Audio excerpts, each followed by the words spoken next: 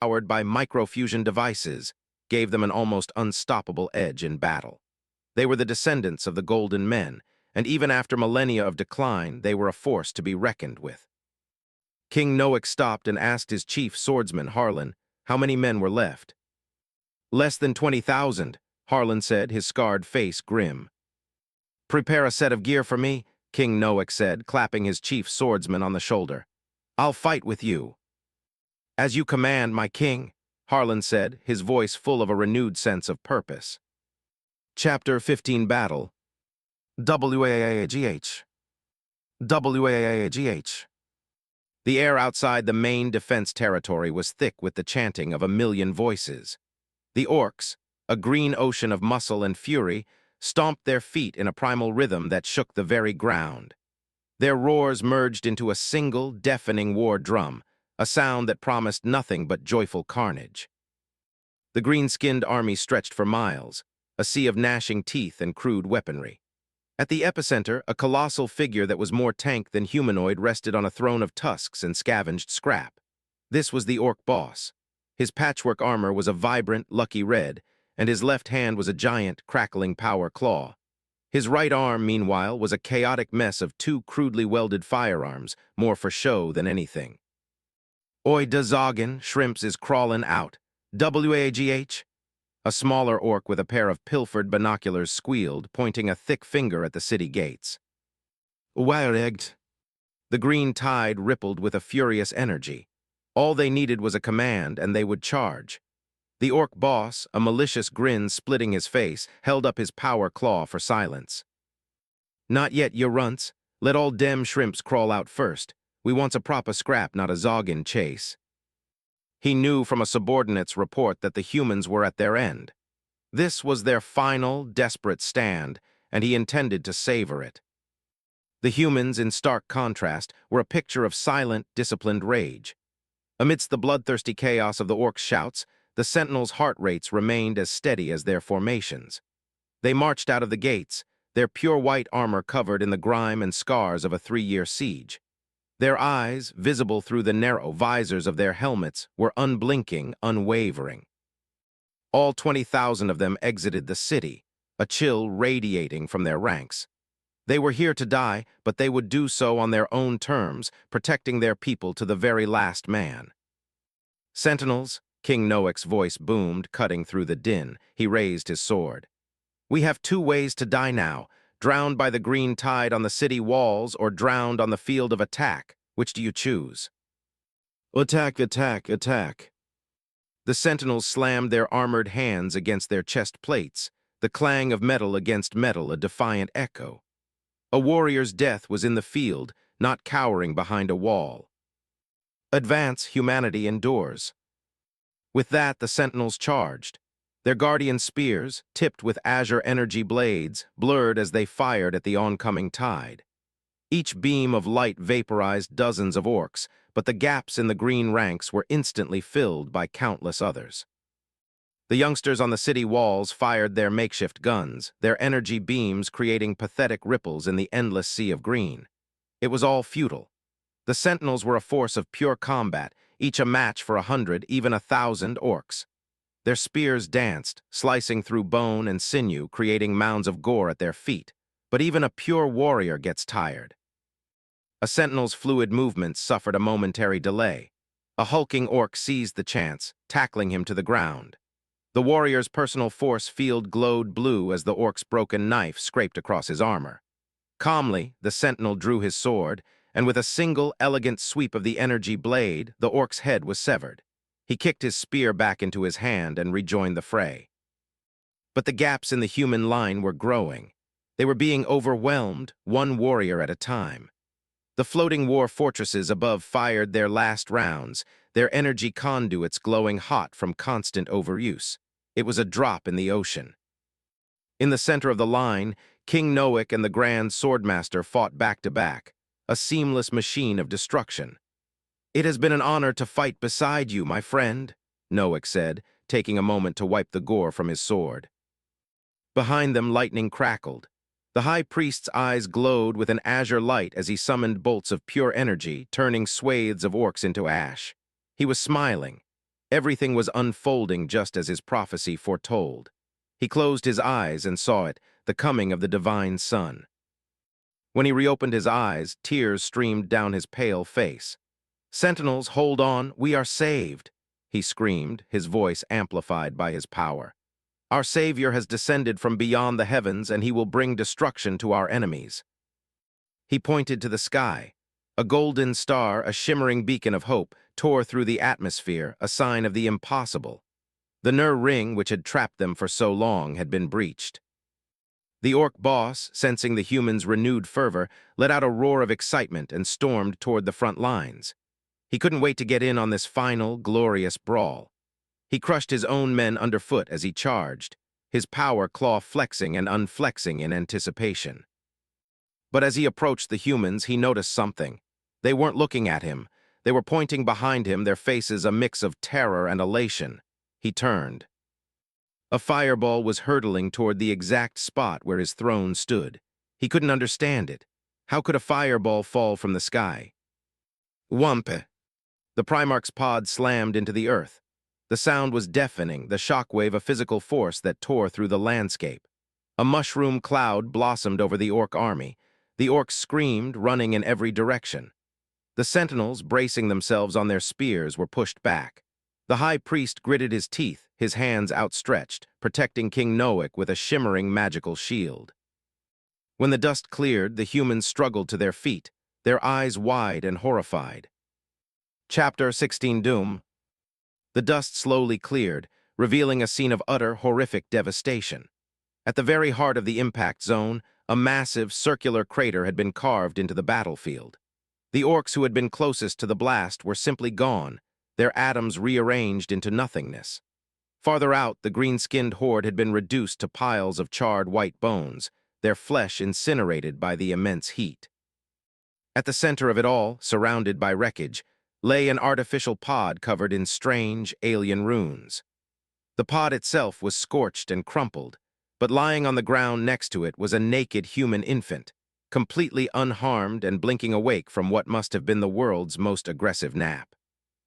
King Noak's heart skipped a beat. A child descended from the sky, a literal god from the heavens.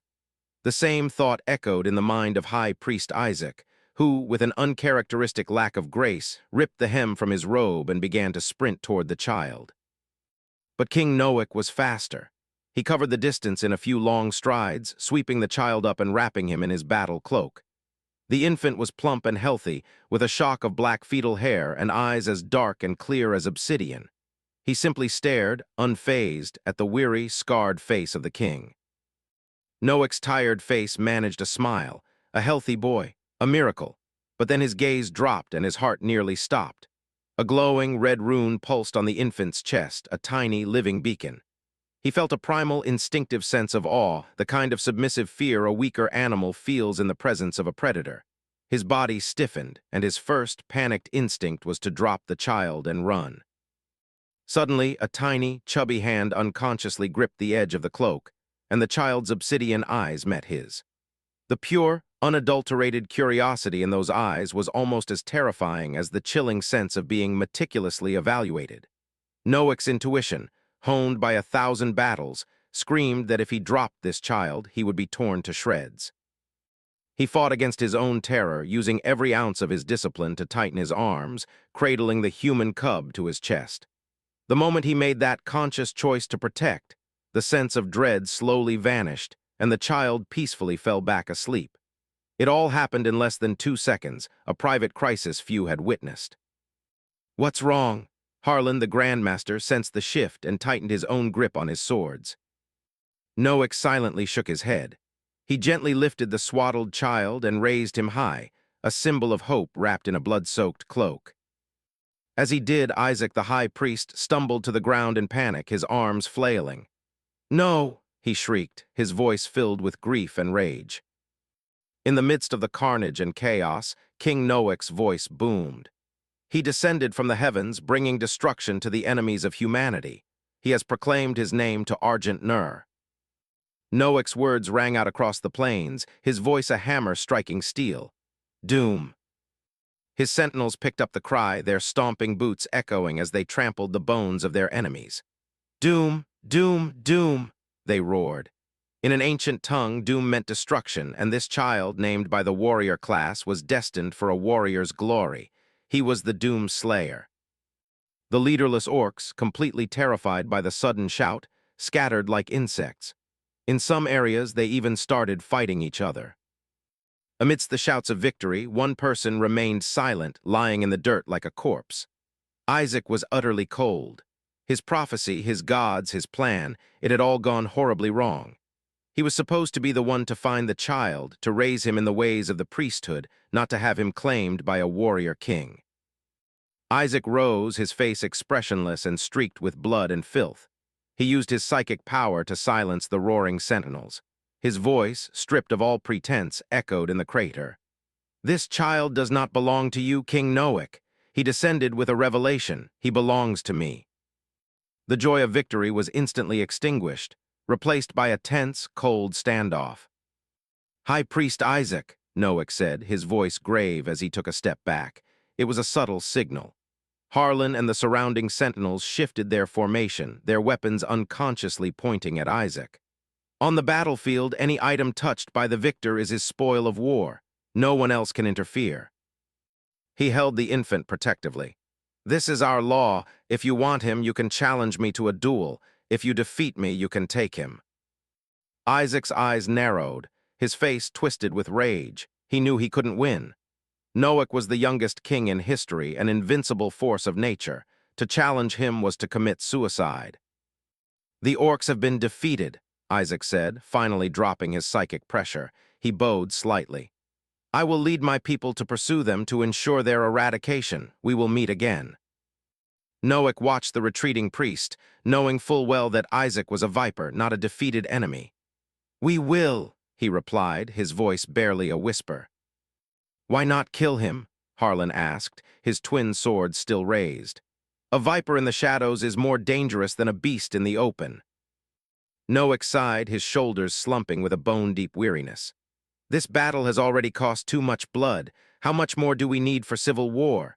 He looked at his city, and then down at the plump child in his arms, smiling. "This child will achieve what no one before him could. He will unify Argent Nur. He has the power to do it." Harlan and the sentinels behind him knelt. "We will follow your will to the death, great King Noak." "Blaskovich Doom Novik," the king proclaimed, holding the infant high, naming the new prince. Chapter 17 Reprieve. With the city's safety secured, the sentinels shuffled back through the city gates, their bodies heavy with fatigue. The victory felt surreal, a strange, hazy dream after facing such certain annihilation. In King Noak's arms, the infant slept soundly, his little face peaceful as he squirmed to find a cozier spot. The people of the main defense territory wept openly. Some cried for those they had lost, husbands, sons, brothers. Others wept with relief, grateful to have their loved ones return from a battle that should have seen them all perish. King Noak watched it all without a hint of emotion. He turned to the Grand Swordmaster Harlan, his voice calm and firm. "We don't have much time. The orcs are reeling. Now is our chance. Tell the commanders of the 4 sentinels to regroup immediately, assess their strength, and prepare to pursue the enemy." Harlan nodded, his face grim, and left to deliver the urgent command. A noblewoman with golden hair and a crystal crown glided through the crowd, people bowing in silent respect as she passed. Clad in a deep blue gown, she was the picture of serene grace. "Noak," she called out, hurrying to him. Only one person in the whole territory dared to call the king by his first name, Queen Elise Klaus Noak. "Are you all right?" she asked, her porcelain-white face etched with concern as she instinctively inspected his armor for damage. "I'm fine," he said, his stern expression softening as he looked at his beloved wife. A rare, gentle smile touched his lips. "Thanks to him, most of our warriors survived." He lifted his arm slightly, revealing the swaddled infant nestled in his cloak. Elise's elegant eyebrows drew together in confusion. She had never heard of a baby showing up in the middle of a war zone. "It's like this," Noak began, his deep voice narrating the epic tale of the pod and the divine explosion. As he spoke, more people gathered, their incredulous eyes fixed on the miraculous child. When he finished, Elise's lips parted and her emerald eyes widened. She reached out and took the child from his arms, her voice a soft murmur. "Does he have a name yet?" "Blazkovich," Noek declared with a proud grin. "Blazkovich Doom Novik." "Son of destruction," she whispered, kissing the child's forehead. "He's also the miracle child who brings miracles." Elise's face grew thoughtful. The tradition of the territory dictated that women educated the next generation. "How should I educate him?" she asked. Noek leaned in, his voice a low whisper for her ears alone. "Educate him for the future. He is a king, a warrior king." Elise's body stiffened. She looked from the baby in her arms to her own two sons, standing in the distance. Noek gently squeezed her shoulder, his gaze unwavering. "Teach him all you can to prevent him from straying." With a heavy heart, Elise fell silent, her eyes lost in thought as she stared at the infant. Noek strode to a high spot, his voice a thunderous roar. "Sentinels, opportunity comes only once." His gaze was fierce and serious as he swept it over the weary faces of his guards. "The Orc army is leaderless, fragmented. Our opportunity has come. There is no time for sorrow. We must pursue them immediately, annihilate their forces, and prevent another siege." He held up 3 fingers. 3 minutes. You have 3 minutes to say goodbye, then regroup at the training ground. We depart now." The order was brutal, nearly cruel. 3 minutes to say goodbye to the loved ones they had just been reunited with. But not a single sentinel complained. They simply raised a clenched fist to their chest in salute, a unified metallic clang of armor meeting flesh. They said their goodbyes with a simple embrace, then turned and marched to the training ground. In 3 minutes they were lined up, ready to go. "Elton Senna," the king called, a name that signified the fastest speed. A warrior in specialized armor stepped forward and knelt. "My king." "You will depart immediately," Noek commanded, his voice laced with anger. "Go and ask the knights if they have forgotten their duty.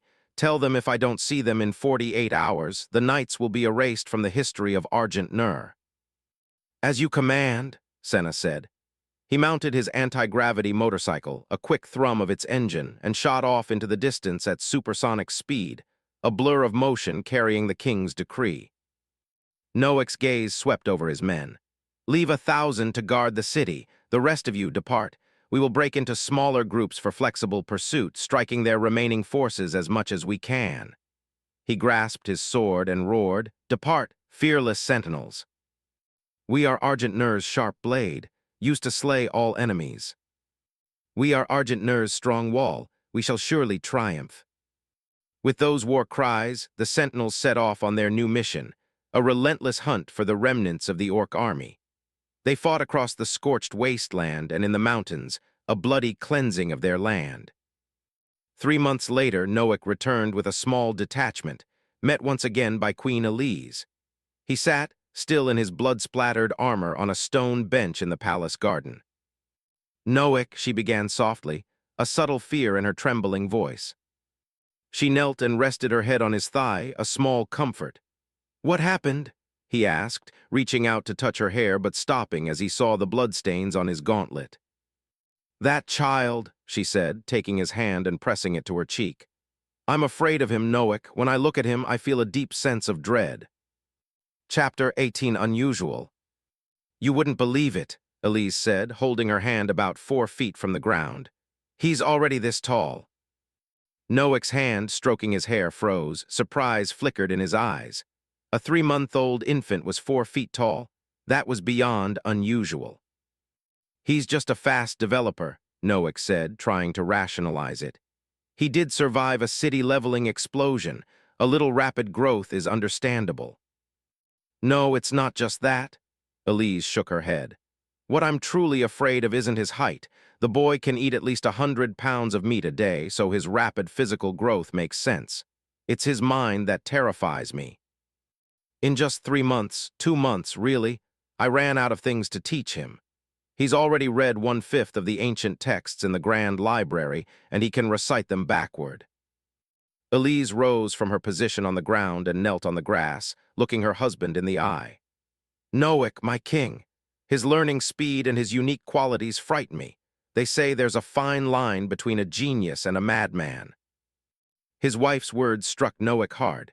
He stared at the stone table, his mind a million miles away, lost in thought. Elise's worries were justified. Knowledge was a double-edged sword. The texts in the library contained humanity's greatest achievements, but also its deepest, darkest secrets. She waited patiently, knowing her husband would find a solution. She had been tormented by this for months, but now she was no longer alone in her worry. After a long silence, Noack finally spoke. He looked down at her. From now on, you don't need to teach him or fear him. You only need to love him, truly, unconditionally love him. Love, Elise asked, confused. I like him very much, Noack. Everyone who has met Blazkowicz likes him. She tucked a strand of golden hair behind her ear. I don't understand what you mean. Does Blazkowicz respect you? Noack asked, bypassing her question. He is very sensible and well-behaved, Elise said, thinking for a moment. Aside from the primal fear, she couldn't find a single fault with the boy. He is also very obedient. Everything I teach him, he thinks about and then executes perfectly. A smile lit up her face as she spoke. His ability to act on things is exemplary. What mother wouldn't love a child who was so outstanding? But I'm worried about his hobbies. He's already developed a love for fried food and video games, you know, the kind of bad habits that give mothers headaches. Noack let out a boisterous laugh. His stern face split into a wide, toothy grin. Noack, Elise playfully glared at him, letting out a relieved sigh. You don't need to worry or fear, Noack said, taking her hand in his. He has love for you, interest in the outside world and things he likes. Everything you've told me proves he possesses humanity and complex emotions, not a monster in human skin. He kissed the back of her hand. You have taught him well, preventing a pure, blank slate from being tainted. Don't fear him. Humanity is the basis for telling good from evil, and you have given him a solid foundation. You should be proud. To be the mother of a prodigy, you need the courage to accept his unique nature. In your heart, you must not see him as some kind of Superman. Even if he could smash a planet with one punch, he is still your son. The talent he has is not something he can control. His core is a child who needs love and guidance. I understand, Elise said, her worries melting away. I will do as you say. I will love him without reservation and accept his extraordinary nature. Honestly, sometimes I feel helpless and lost, Elise said, a gentle smile returning to her face. I was worried I couldn't teach him what he needed to know. Now I understand that if I cannot give him guidance, I will give him love. Love is the most important thing we can give our children. Your wisdom is a constant guide, Elise said, leaning her head on his lap. She cherished this peaceful moment. She knew that after a brief reunion, he would be gone again, off to fight the orcs, a persistent disease that kept springing from the earth. Research had shown that the greenskins could reproduce asexually. They were a fungal-like species. A simple piece of hair or dander could take root in the soil and grow a full-fledged orc. Eradicating them would be a long, difficult task. Noack, Elise said softly, her voice filled with sadness. Enio and Flano, is there really no chance for them? He gave a heavy, firm sigh. Noack and Elise had two sons, Enio and Flano.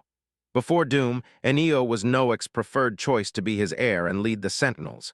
He would follow in his father's footsteps and lead the people back into space. But now Noack had seen true hope, a chance to break free from humanity's shackles. I feel heartbroken for Enio, Elise said, her voice choked with emotion. He has been striving for decades, day in and day out, to be worthy of you, to meet your expectations. Hot tears fell onto his armor. Noack's hand clenched into a fist, then relaxed. He had wondered if his decision was a hasty one, but not anymore. Have you seen Blazkowicz's talent? Noack said, stroking her back. Can Enio catch up to him, where Enio hopes to be is just his starting point? I think you, who have had the most contact with Blazkowicz, should understand my choice. Elise's body trembled. This is too unfair. Will Enio accept it?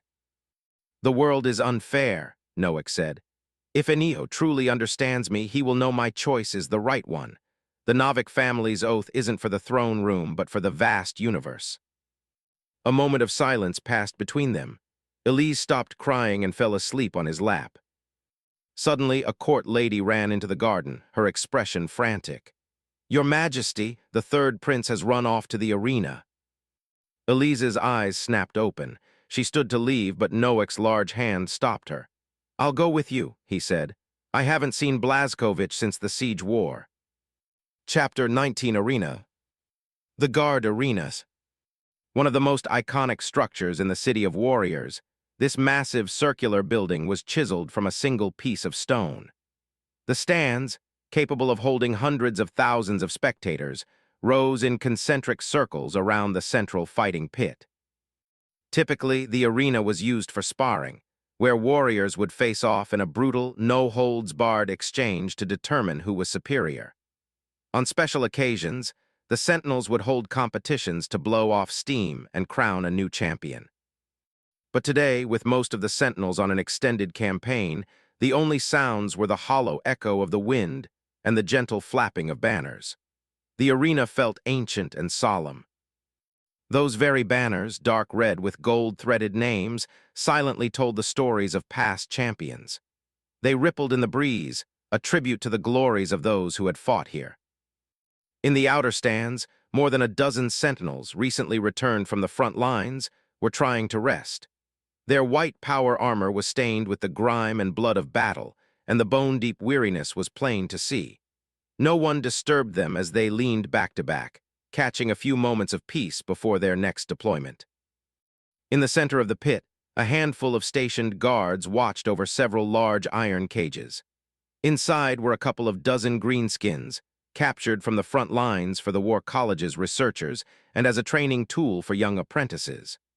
The orcs flexed their brutish muscles, their blood-red eyes full of feral rage, constantly growling to intimidate the crowd. The audience around the cages was a mix of robed scholars, warrior apprentices, and curious civilians. They watched from a safe distance, studying the creatures. "I'm not a fan of aliens," said a voice, surprisingly clear and boyish. "But I heard from the academy that these greenskins are a lot like fungi. Their meat must taste like mushrooms, right? A good stew or barbecue would be delicious." A boy, barely 4 feet tall, had squeezed his way to the front of the crowd. He leaned on the cage bars, his eyes gleaming with curiosity and no hint of fear. The guards all turned to him, startled by his bold comment. He was just a kid, but his voice was as bright as ringing metal, and there was an inherent nobility to his posture. With his fair skin, high cheekbones, and large, expressive eyes, he was clearly going to be a handsome man one day. "Her, haw, haw, haw," de caged orcs bellowed, poundin' dera guts and jabbin' fingers at de runt. "Oi, lil shrimp, yous think yous gonna eat us? Wag har har." Having fought humanity for generations, the greenskins had picked up the language and understood his words perfectly. His audacity had brightened their day, lifting the gloom of their captivity. "Soup would definitely be very fresh and delicious," the boy said, completely unfazed, his tone serious and full of genuine anticipation. "Whose kid are you?" a gruff voice asked from behind him, rough like gravel. The boy turned to see a tall warrior in blood-stained white armor. A guard's spear was in his hand, a helmet tucked under his arm, and 2 lightsaber hilts hung at his waist. He was a mountain of a man with thick eyebrows, piercing eyes, and several scars on his cheek that only added to his heroic aura. "Outstanding warrior, champion swordsman, duelist Harlan Ogilvy," the boy said, rattling off the man's name and titles with ease. Harlan raised an eyebrow. "You know me?" He racked his brain, but couldn't recall ever seeing the boy. "20-time arena champion. Your name is hanging right up there," the boy said, his eyes holding a hint of "Are you serious?" as he pointed to the highest banner. Harlan's face twitched. The boy's clear gaze had him pegged as a thick-headed brute who had forgotten his own fame. "What's your name, then?" Harlan asked, sensing that this was no ordinary child. "Blazkovich Novik, the third son of King Noak," he declared, puffing out his chest with a touch of solemn pride. Harlan's jaw dropped. "Blazkovich Novik," the scars on his face pulled taut as his mind processed the name. "The child who fell from the sky 3 months ago." Harlan, who had witnessed the event himself, was in disbelief. He used his spear to measure the boy's height, his eyes wide with shock. 3 months ago you were only this big, he stammered. He then took in the boy's robes and the faint, mysterious mark on his chest. After a moment of stunned silence, Harlan asked, "What in the world have you been eating to grow so fast? Is it a palace secret recipe I'm missing?" Harlan's outburst attracted a group of sentinels, all of whom had been fighting on the front lines and had not yet met the boy. They gathered around, exclaiming at his ridiculous height. Suddenly, King Noak and Queen Elise arrived at the edge of the arena. When Elise saw her son surrounded by the warriors, her first instinct was to pull him out of the crowd. But Noak held her back. "Let's see how he handles himself." Blazkovich was not intimidated by the circle of hardened warriors. He stood tall and said, "What's the big deal? I fell from the sky. Doesn't it make sense that I would grow quickly?" His calm acceptance and carefree words endeared him to the battle-hardened sentinels. "I like this kid," Harlan laughed, tossing his spear to a comrade. He swept Blazkovich into a hug, lifting him up and placing him on his neck. After he set the boy down, Harlan knelt and placed his hands on the boy's shoulders. "While I admire your imagination, we must always be vigilant against the orcs." "I agree with your statement, but I have a counterpoint," Blazkovich said gravely, looking like a miniature adult. "I will always be vigilant. I just don't know why I should fear delicious mushrooms." Harlan's smile faltered. He saw a hint of arrogance in the boy's face, a confidence born of ignorance. Without directly chastising him, Harlan gestured toward one of the cages. "Do you think you could defeat one of them?" he asked, pointing to a commando orc, far stronger and more cunning than a typical green skin. "Yes," Blazkovich's voice was firm. "Just one punch and one kick." Harlan fell silent, sensing the pure confidence radiating from the boy. Blazkovich was nothing like his two older brothers, and the warrior was baffled by the queen's methods. "You doubt me?"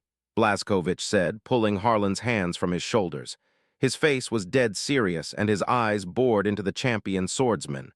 "I am stating a fact, not an exaggeration." Harlan found that he couldn't meet the boy's gaze, and his eyes involuntarily shifted away. Blazkovich looked at the other sentinels and saw the same disdain in their eyes, which made him angry. He sighed, shrugging his shoulders in frustration. "One day," he said indignantly, "you'll know I'm not just talking." "What if I gave you a chance to prove yourself now?" a new voice said, full of authority. Every sentinel instinctively knelt as they turned and saw who had spoken. "My king," they shouted. Chapter 20 Arena II. Following the sound of the voice, Blazkovich saw a massive figure emerge from the edge of the arena. He was a powerfully built warrior, nearly 3 meters tall, clad in dark green power armor and a pure black cape with gold trim. He was breathtakingly imposing. Walking beside him was Queen Elise. She wore a long court dress and carried herself with an air of serene elegance, a knowing smile playing on her lips as she looked at Blazkovich. Blazkovich instantly recognized the tall warrior. The most authoritative man on the planet, the bravest warrior, the wisest monarch, and his father, King Noak. At this moment, the sentinels dropped to one knee, and the scholars bowed their heads, all in silent reverence to their king. Blazkovich, on the other hand, felt a wave of tension seize him. He had always imagined their first meeting would be a glorious affair on the triumphal avenue, with him opening his arms to welcome his father home from a victorious war. Instead, he felt like a kid who'd been caught with his hand in the cookie jar, a nervous energy making his limbs feel out of place. "Answer me, Blazkovich." King Noak strode closer, waving a dismissive hand for everyone to rise. He looked down at his son, whose head barely reached his leg. "If I give you a chance, can you prove yourself?" Blazkovich looked up at his father, a man whose face was a mask of authority and whose presence radiated an astonishing pressure. No one would dare lie to him. "I will prove my words without exaggeration or falsehood."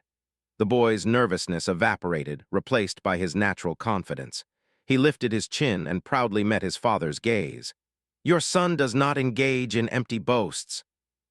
"With one punch and one kick." "With one punch and one kick." "Very good," Noak nodded in satisfaction, his gaze sweeping from his son to the sentinels and the beasts in the cages. He let out a low roar. "Clear the arena, let's see what he is capable of." "Yes, sir." The sentinels moved with blinding speed. Cages were hauled away, and the audience found their seats, eager to witness an unprecedented duel. "Be prepared, the orc will not stop, so you have only two choices, victory or death." The king's words carried a somber weight as he turned and headed for the stands. The rules of the duel, death match. A death match? The term sent a shiver through the crowd. It was an unrestricted, all-out battle where the goal was to kill or be killed. It was a practice that hadn't been seen among the sentinels in nearly 1,000 years. "Blazkovich?" Harlan, the champion swordsman, approached the boy, his expression complicated. He felt a sense of responsibility for what was happening. Sending a child into a death match with a beast filled him with unease. "Be careful," he urged. "I will break your contempt with my strength," Blazkovich said, his voice firm as he pulled his robe down to his waist, revealing a surprisingly lean and muscled torso. "After I win, you will apologize for your arrogance." Harlan's lips twitched in a smile. He looked at the boy's serious face. "All right," he said with a genuine laugh. "If you win, I will apologize for my contempt." He then became serious and added, "I'll be glad to." "How about we add a little wager?" King Noak's voice boomed from his seat at the edge of the arena. He had heard their conversation. "What kind of wager?" both Harlan and Blazkovich asked at the same time. "Harlan," the king said, "if Blazkovich survives, you will serve as his personal guard. If he fails, your personal swordsmanship techniques will be preserved by the royal family." "I accept," Harlan said without a second's hesitation. The offer was a godsend. While there were many skilled swordsmen in the kingdom, only a handful of masters had their techniques preserved. Harlan's application had been rejected in the past, deemed too wild for the royal family's tastes. This was a dream come true, and he couldn't lose. "I accept too," Blazkovich declared. While defeating the orc might not be easy, gaining the champion swordsman as his personal guard would be a huge honor. Neither felt they were losing anything.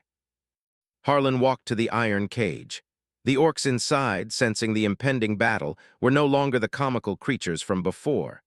Their eyes were full of a savage, eager light. "Pick me, I'm the best fighter," one roared. "Use blind, you big git, pick me," another snarled, shaking the bars. Green-skinned orcs were obsessed with combat, and all they cared about was a good fight. "I'll choose him." Just as Harlan was about to pick a target, Blazkovich stepped forward, pointing at the largest commando kid in the cage. "He's the strongest. My victory will be worth more if I defeat him." Harlan's thick brows furrowed, pulling at the scar on his handsome face. "Are you sure?" he asked, a warning in his eyes, urging the boy to reconsider. "Sure," Blazkovich's voice was decisive, his tone full of an authority that momentarily stunned the veteran warrior. "Oi, opened a cage, you big lug, I can't wait no more." The commando, draped in animal hides, gnashed his teeth and shook the bars, his crimson eyes locked on Blazkovich. "Ya zoggin', you me shrimp, I'll rip your arms off, tear ya ta bits. I'll chew your bones and leave dat noisy gob flappin' to see how tough you really is." "Beast," Harlan said sharply as he opened the cage. "This is a warrior's arena, you should feel honored." He added, "Don't make any unnecessary moves until I give the word. You know what our power can do." The commando kid simply grinned and shuffled to his designated spot, muttering, "In human territory, respect human fighting ways." "Aren't you worried at all?" Queen Elise whispered to Noak, trying to keep her voice down. She knew her son's keen senses, but a death match was still a death match. "Not a bit," Noak said. "Where does your confidence come from?" she asked. Noak remembered the siege 3 months ago, the heart-stopping moment he picked up Blazkovich for the first time, the sensation of his hair standing on end. "The first time I held him," he said simply. In the center of the arena, the two combatants stood 10 meters apart, awaiting the signal to begin. The commando was a brutish, 2.3-meter tall mass of muscle with veins bulging across his body. Blazkovich, by contrast, was a lean boy with the runic mark on his chest. "When the helmet hits the ground, "You can fight as you please," Harlan said, giving Blazkowicz a final, lingering look before tossing his helmet into the air. The audience held its breath. Even the orcs in the cages fell silent, their blood-red eyes wide with excitement. They waited, hoping to see the commando kid tear the boy to shreds. Harlan, too, was on edge, his tiger-like eyes fixed on the center of the arena, his hand subtly ready to grab his spear and intervene if needed. The helmet hit the ground with a solid thump that echoed through the arena.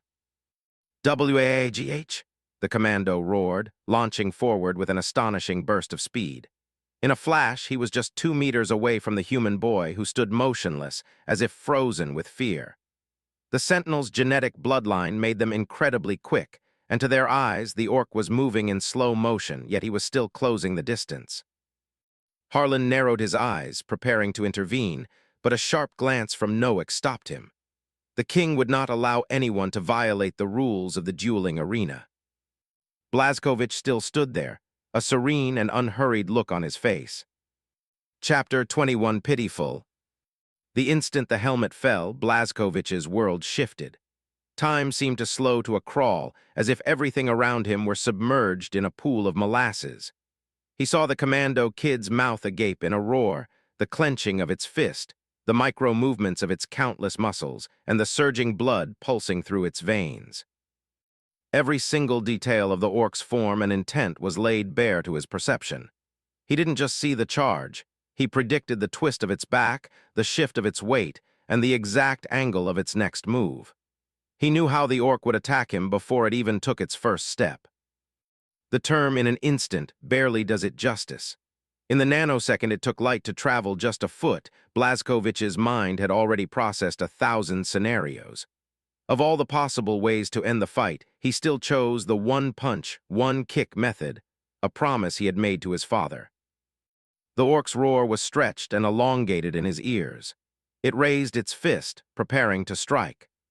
Blazkowicz even saw the caged orcs, their eyes moving from joyful anticipation to bloodthirsty fanaticism, eager for the messy spectacle to begin. Blazkowicz, with a serious expression, calculated his moment. The orc was twice his height, and its reach was a dangerous advantage. No matter how fast his mind was, his body was still a work in progress. His movements were faster than the orc's, but only by a slim margin. As the creature closed the distance, Blazkowicz cracked a smirk at the ecstatic beast. In the same breath, he dropped into a low squat. A sweeping kick. Using his right leg as a pivot, he spun, sweeping his left leg in a powerful arc. Blazkowicz knew that the orc's massive upper body was its strength, while its legs were comparatively short and fragile. He had found its weakness, and he attacked it viciously. "Die, young-un!" the commando roared as it brought its fist down, a bone-shattering, sinew-tearing blow. Crack! The only response was the sound of a bone snapping, as Blazkowicz's shin connected squarely with the orc's. The sentinels all stood in unison, having clearly witnessed the boy's astonishing counterattack. In that moment, he had won. His left leg had broken the orc's shinbone, sending the beast reeling. As the orc fell, Blazkowicz's nimble body spun with his kick, his left fist clenching, gathering all the rotational energy into a single, deadly blow. "Die!" a clear voice roared, filled with a young tiger's fury. The commando kid's leg pain had yet to reach its brain. It didn't even know it had a broken leg. As it lost its balance, a small, tightly clenched, yet deadly iron fist struck it square in the face. Then its vision went black. The punch was so powerful that it not only collapsed the orc's cheek but drove straight through, exploding out of the back of its skull. Brain matter and blood gushed forth. Blazkowicz had ended the savage beast with a single punch. One kick, one punch, one punch, one kick. Blazkowicz stood firm. The orc that had been so confident moments before was now a mangled body with a caved-in head, its twitching limbs draped lifelessly over the boy's arm. "WAGH!" The orcs screamed in wild, thrashing celebration, grabbing their heads and letting out wild cheers. They didn't care who won, only that it was a good fight. Blazkowicz had given them a spectacular show. "Excellent," the sentinels shouted, clapping wildly. A deathmatch with a massive size disparity had ended in less than a second, and the underdog had come out on top. But Blazkowicz heard none of it. The moment the orc's life ebbed away and its hot blood flowed, everything went still. The arena, the crowd, the world, all of it faded, becoming as illusory as an image in a mirror. Looking down at his arm, the dead orc was gone, with no trace of its existence. His vision went black, and he lost all external sensation. He was a blind and deaf man in a spaceless void. A strong, familiar stench of blood filled the air, and suddenly Blazkowicz opened his eyes to a bizarre sight. He was on a boundless wasteland under a sky of eternal fire. The ground was made of jagged, blood-red stone, and the distant streams flowed with boiling lava. A hill of skulls sat at his feet, human, orc, and others he didn't recognize, piled high.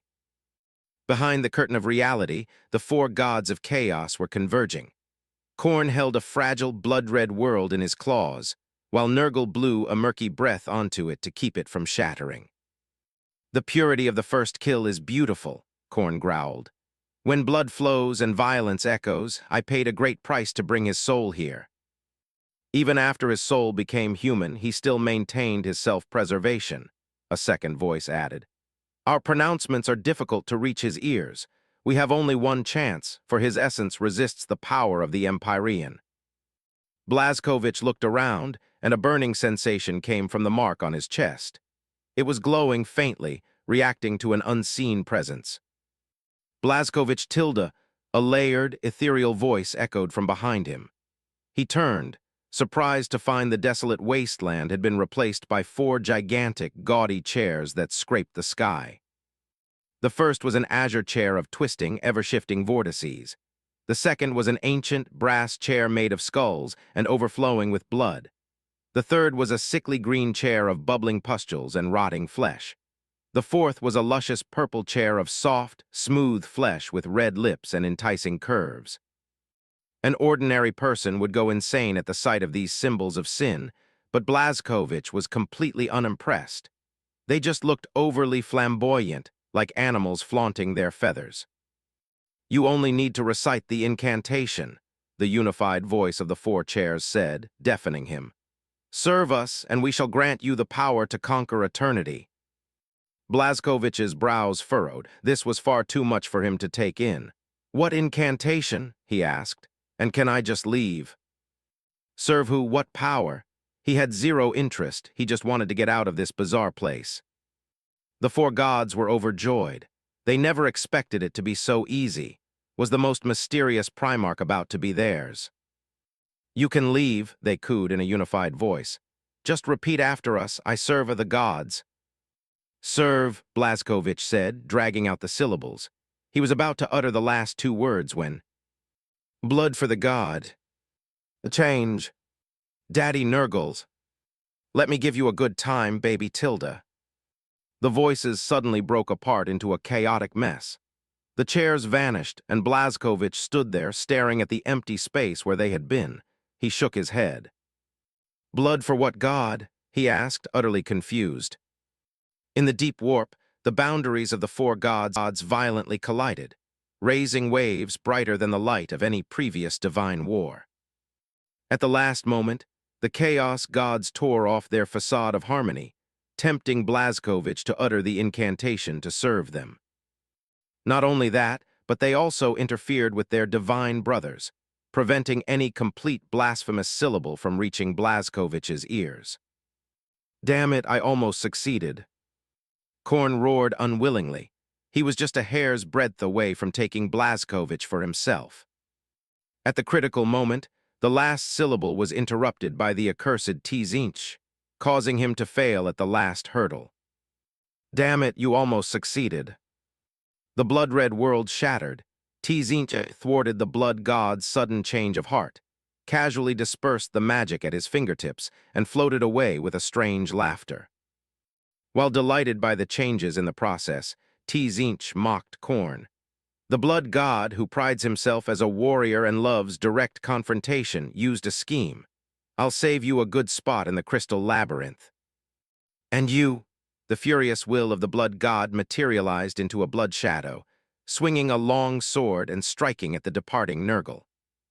Nurgle's chubby body rolled once, dodging the blood god's sword light, and returned to his divine domain. His voice came from the horizon. "You were the one who wanted to hog it all." "And you bitch." Another sword strike fell, Khorne roared. "Especially you, I'd kill Blazkovich before letting you touch him." Slaanish's slippery body perfectly dodged the blood god's attack and returned to her palace.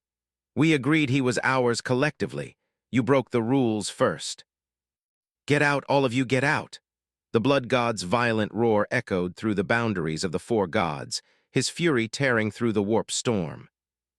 Blazkovich didn't know that he had been spared by the four gods' mutual schemes, avoiding the fate of becoming a pawn for the four gods. The situation just now was extremely dangerous. Once the incantation was uttered, it would mean actively surrendering his soul, completely binding himself to the warp chaos god. Fortunately, the warp chaos gods' mutual schemes, their greed and selfishness, would not allow other gods to lay claim to the soul they favored, preferring to destroy it rather than share. "Is anyone there? Is anyone still here?" After the four chairs disappeared, there was no other movement in the red space. Blazkovich kept calling out, waiting for the opportunity to leave. The mark on his chest was slightly warm, transmitting a mysterious message. He would be able to leave soon. In the warp, the blood god's rage still raged, his fury never diminishing. Khorne sensed for a moment, confirming that his brothers had truly left and that their gazes were no longer focused here. He carefully took out the blood-colored world from the lava and grinned triumphantly. Khorne is the god of war and also skilled in strategy. The moment Blazkovich killed the greenskin, the young man's sharpness and decisiveness made Khorne take notice, and the echoes of fury contained within delighted him. Almost without hesitation, Khorne used his murder authority to replicate an echo, using it to support his own plan.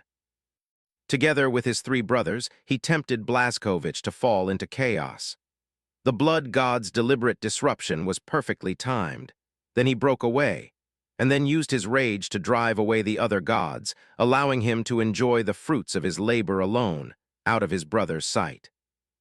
He even fooled Tzinch's eyes, using a substitute trick to replace the real world. The blood god rolled up a storm, bringing the small world back to his domain. To conceal his purpose, he continuously released destructive surges of rage to destroy countless demons. Hey tilde. Khorne suppressed his laughter to hide his triumph. Now he could finally taste the fruits of victory, fruits that belonged solely to him. "Is anyone there? Sacrificed to which god?" Khorne re-injected his will, returning to the small world, and heard Blazkovich questioning the void. "It's blood for the blood god, boy." The sudden voice startled Blazkovich. He turned around and saw the brass throne standing there again. The voice from the chair was deep and wild, suppressed yet highly aggressive. "Blazkovich, I have been watching you for a long time. We don't have much time left.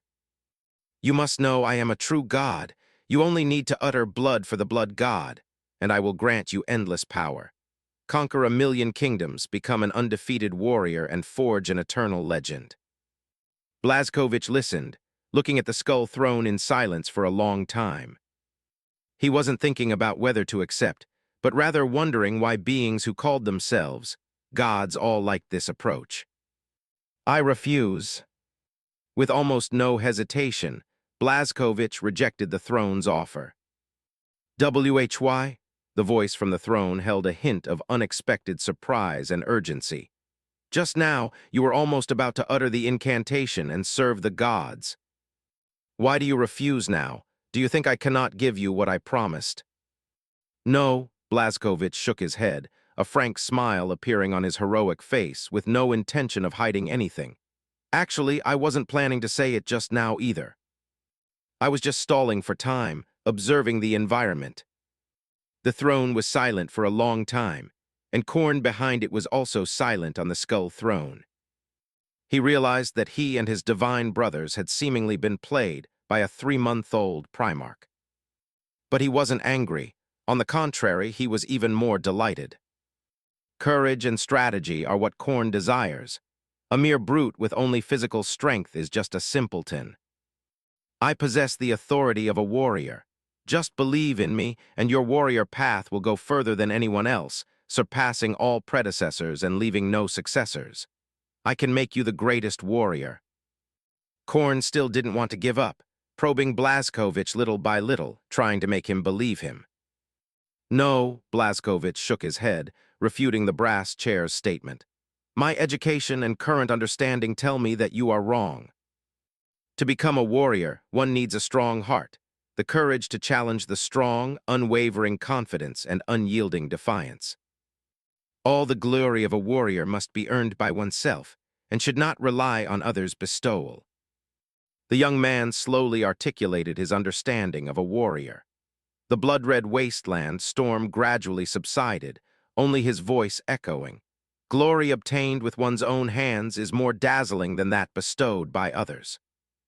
You say you are the god of warriors, so I ask, god of warriors, do you require me, who is about to embark on the path of a warrior, to submit to you? The clear voice, like pearls dropping, silenced the skull throne. In Khorne's domain in the warp, the chaos god's wild laughter shook the heavens and the earth, making all demons prostrate. They exchanged glances for confirmation, not knowing why the blood god was happy, unable to comprehend that joy. The courage to challenge the strong, unwavering confidence, unyielding defiance. Look at what that boy said. He loved him too much. He was not humble before a god, not proud or hypocritical, perfectly fulfilling his own words, wary of unfamiliar bestowals, and had a unique insight into his own path. Before undergoing true warrior training, he already understood the most important essence of a warrior. Khorne's mood at this moment was bittersweet and conflicted. Because the Chaos Gods are contradictory beings, they love pure essence, those shining souls. The Blood God dreams of taking all souls who dare to resist, yet also expects them to say no to him. Resisting a god is itself a form of resistance, and those who say no to a god possess unparalleled courage and defiance. Actually, I don't want to be a warrior. That's the path my father planned for me. In the uninhabited independent space, facing a brass skull throne, Blazkowicz spoke the truth hidden deep in his heart. His ideal was not to become a warrior. Compared to a warrior or a king, he preferred traveling and farming. How can you not become a warrior? The skull throne grew anxious, trembling incessantly, trying to set the young man before it straight, to prevent him from going astray. How dare you disappoint your father's expectations and not become a warrior? Never disappoint your father. You must become a glorious warrior. Blazkowicz spread his hands and said with a solemn expression, I am walking on the path of a warrior. Yes, yes, yes. The skull throne vibrated continuously, and the owner of that magnificent voice clearly let out a sigh of relief. Never stray from your path. Wait. Above the warp skull throne, Khorne suddenly woke up. If Noack had told Blazkowicz to believe in the blood god, the success rate would likely increase significantly. Blazkowicz deeply respected his father and would never disappoint the path Noack had set for him. Leaving the warp, Blazkowicz's soul still retained a self-protection mechanism, blocking the information transmitted to him by the gods. What made the gods even more despairing was that, as he continued to grow, warp infection became increasingly difficult to reach his soul. Understanding this, Khorne's mood brightened considerably. I'm leaving. Blazkowicz felt the mark on his chest getting hotter and hotter. This spatio-temporal location was about to collapse, and he bid farewell to the skull throne like a friend. Khorne also noticed that the small world was about to shatter under the pressure of the warp and reality. I need to leave too. After he finished speaking, the world shattered. Blazkowicz's soul returned from the blood god's domain to the real universe, and Khorne's will return to the warp. The blood god cast his gaze towards the real universe, looking at King Noack's soul, a resilient king, a powerful warrior. Korn liked him very much. "I'll talk to your father, Blazkovich. You are destined to be mine." He then shifted his gaze to a person kneeling and praying, begging the gods for mercy. The blood god recognized him. That person was Tzinch's plaything. "It's time to talk to my brothers and see what gift Tzinch has prepared for Blazkovich." Blazkovich's vision went black again. When he next sensed his surroundings, the orc's corpse was still twitching, and the sentinel's praises rose and fell. Time seemed to have not moved forward a single step. Chapter 22 When Blazkovich's expression was a little dazed, as if everything that had just happened was a surreal, hazy dream, yet the reality of it settled on his skin, a hot, sticky film of orc blood. "A masterful strike," Harlan the champion swordsman exclaimed, clapping a huge hand on Blazkovich's shoulder and shaking him out of his trance. "The timing was perfect. You used his own momentum against him, broke his leg with the sweep, then spun and put all your rotational force into that final punch. Simple, effective, brutal." The force of the pat on the shoulder, immense enough to topple a lesser man, brought Blazkovich back to the present. His senses returned, and he heard the whistles and cheers of the orcs, a bizarre, continuous roar. "Champion swordsman," Blazkovich said, with a quiet, unsettling smile, the blood on his face making it seem even more eerie. "Has my image in your heart changed?" Harlan's face became serious. He placed his left hand over his heart and bowed slightly, a warrior's gesture of utmost respect. "Blazkovich, third prince, I am ashamed for having underestimated you. I should not have judged you by the standards of a mortal man." "I accept your apology," Blazkovich said, placing both hands on Harlan's massive forearm to help him straighten up. He looked directly into the warrior's scarred face. "But you shouldn't feel too bad about it. I'm an anomaly, something new that has never existed before. If I were a normal citizen of Argent Nur, your judgment would have been entirely correct." Harlan was surprised by the boy's strength, which easily helped him rise. He thought for a moment, then seemed to find some relief. "So, you're saying I just need to learn more about you to make better judgments in the future?" "It's not just you who needs to learn," Blazkovich said, his gaze sweeping over the sentinels at the edge of the arena, his voice filled with an authority that was far too big for his body. "Everyone needs to learn. I am Blazkovich Novik, and I am destined to walk the path of a warrior. You must get used to me, and you must understand me to fight alongside me." The sentinels, a collection of hardened warriors, were stunned by the young man's confidence. There was no arrogance in his words, only an open, unreserved certainty. It was a brilliance that radiated from him, infecting them all. The contempt in their eyes was replaced by a solemn respect as they all shouted in unison, "Then we will wait for you on the battlefield, Doom Slayer." At the edge of the arena, King Noak nodded repeatedly, a deep satisfaction in his eyes. "Look at him," he whispered to Queen Elise. "You've taught him so well. He is brilliant, and he has a clear purpose. He has proven himself with his actions, dispelling the locals' mistrust of outsiders and quickly integrating himself into their community. He knows he is a leader, and the Sentinels will take what they've seen today to every corner of the battlefield. Everyone will know there's an extraordinary prince. He will become a legend, a person of universal attention, and people will believe in him without hesitation." Noak's satisfaction grew with every word. He liked the son who had fallen from the sky, an affection that had only deepened after seeing him in action. "As long as you don't think he's too calculating," Queen Elise said, a gentle smile on her lips, her eyes full of unconcealable pride. "He is perfect," Noak said, taking her hand and helping her to her feet. "Calculations are a sign of wisdom, and calculations used for good are a good thing. The enemies he will face are unlike anything we have ever seen. To defeat them, strength and wisdom are equally essential. Sometimes we must be more ruthless and cunning than the enemy to defeat them," he continued. "Come, my queen, let's witness his victory and the vow of the watch." Elise placed her hand on King Noak's arm, the two of them a perfect picture of iron and roses, a balance of strength and grace. "Champion swordsman Harlan Ogilvy," Noak's authoritative voice boomed, carrying a ritualistic weight. "Fulfill your promise." Blazkowicz watched with a sense of awe as his father, whom he had never met but already revered, approached with his mother. He felt a wave of nerves, but as he saw the comfort and affirmation in his father's eyes, his heart finally settled. What child doesn't yearn for their father's approval? Even a Primarch created by the Emperor wants to be seen and loved. "Give me a ceremonial longsword," Harlan called out, preparing to perform the Oath of the Watch. In Argent Nur, a sentinel's first act after training is to swear allegiance to the kingdom and to the king. Only a select few can swear allegiance to an individual, becoming their personal guard. "No need," King Noak said, sweeping his cape aside. He drew a sword hilt from his waist, a weapon of war rather than a ceremonial blade. "Take it, my son." Blazkowicz's hands trembled slightly as he took the hilt from his father. It was a little too large for him, but he gripped it firmly. The crowd instinctively fell silent. The sentinels, the military officials, stood on the left.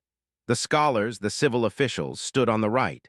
Queen Elise smoothed Blazkowicz's hair and adjusted his clothes. Everything was ready.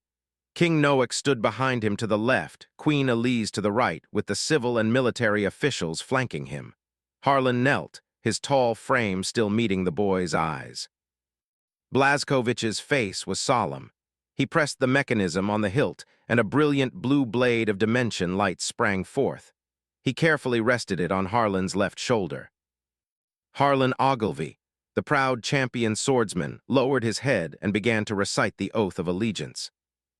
"In the name of the king's sword and the champion witnessed by the king and queen, I, Harlan Ogilvy, hereby swear this oath.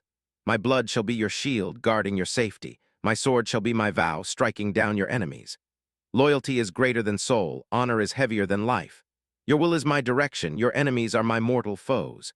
This oath is forged in steel forever, this heart unwavering as the stars.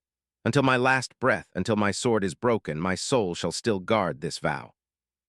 Blazkowicz flipped the blade over Harlan's head and rested it on his right shoulder, a solemn expression on his face.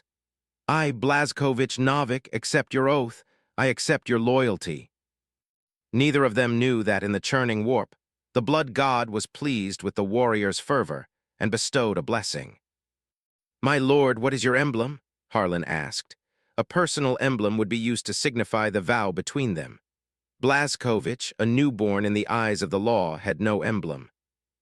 "Blazkowicz, what about this?" Queen Elise's gentle voice said, lightly pulling open his robe to reveal the blood-red runic mark on his chest. "That works," Blazkowicz said.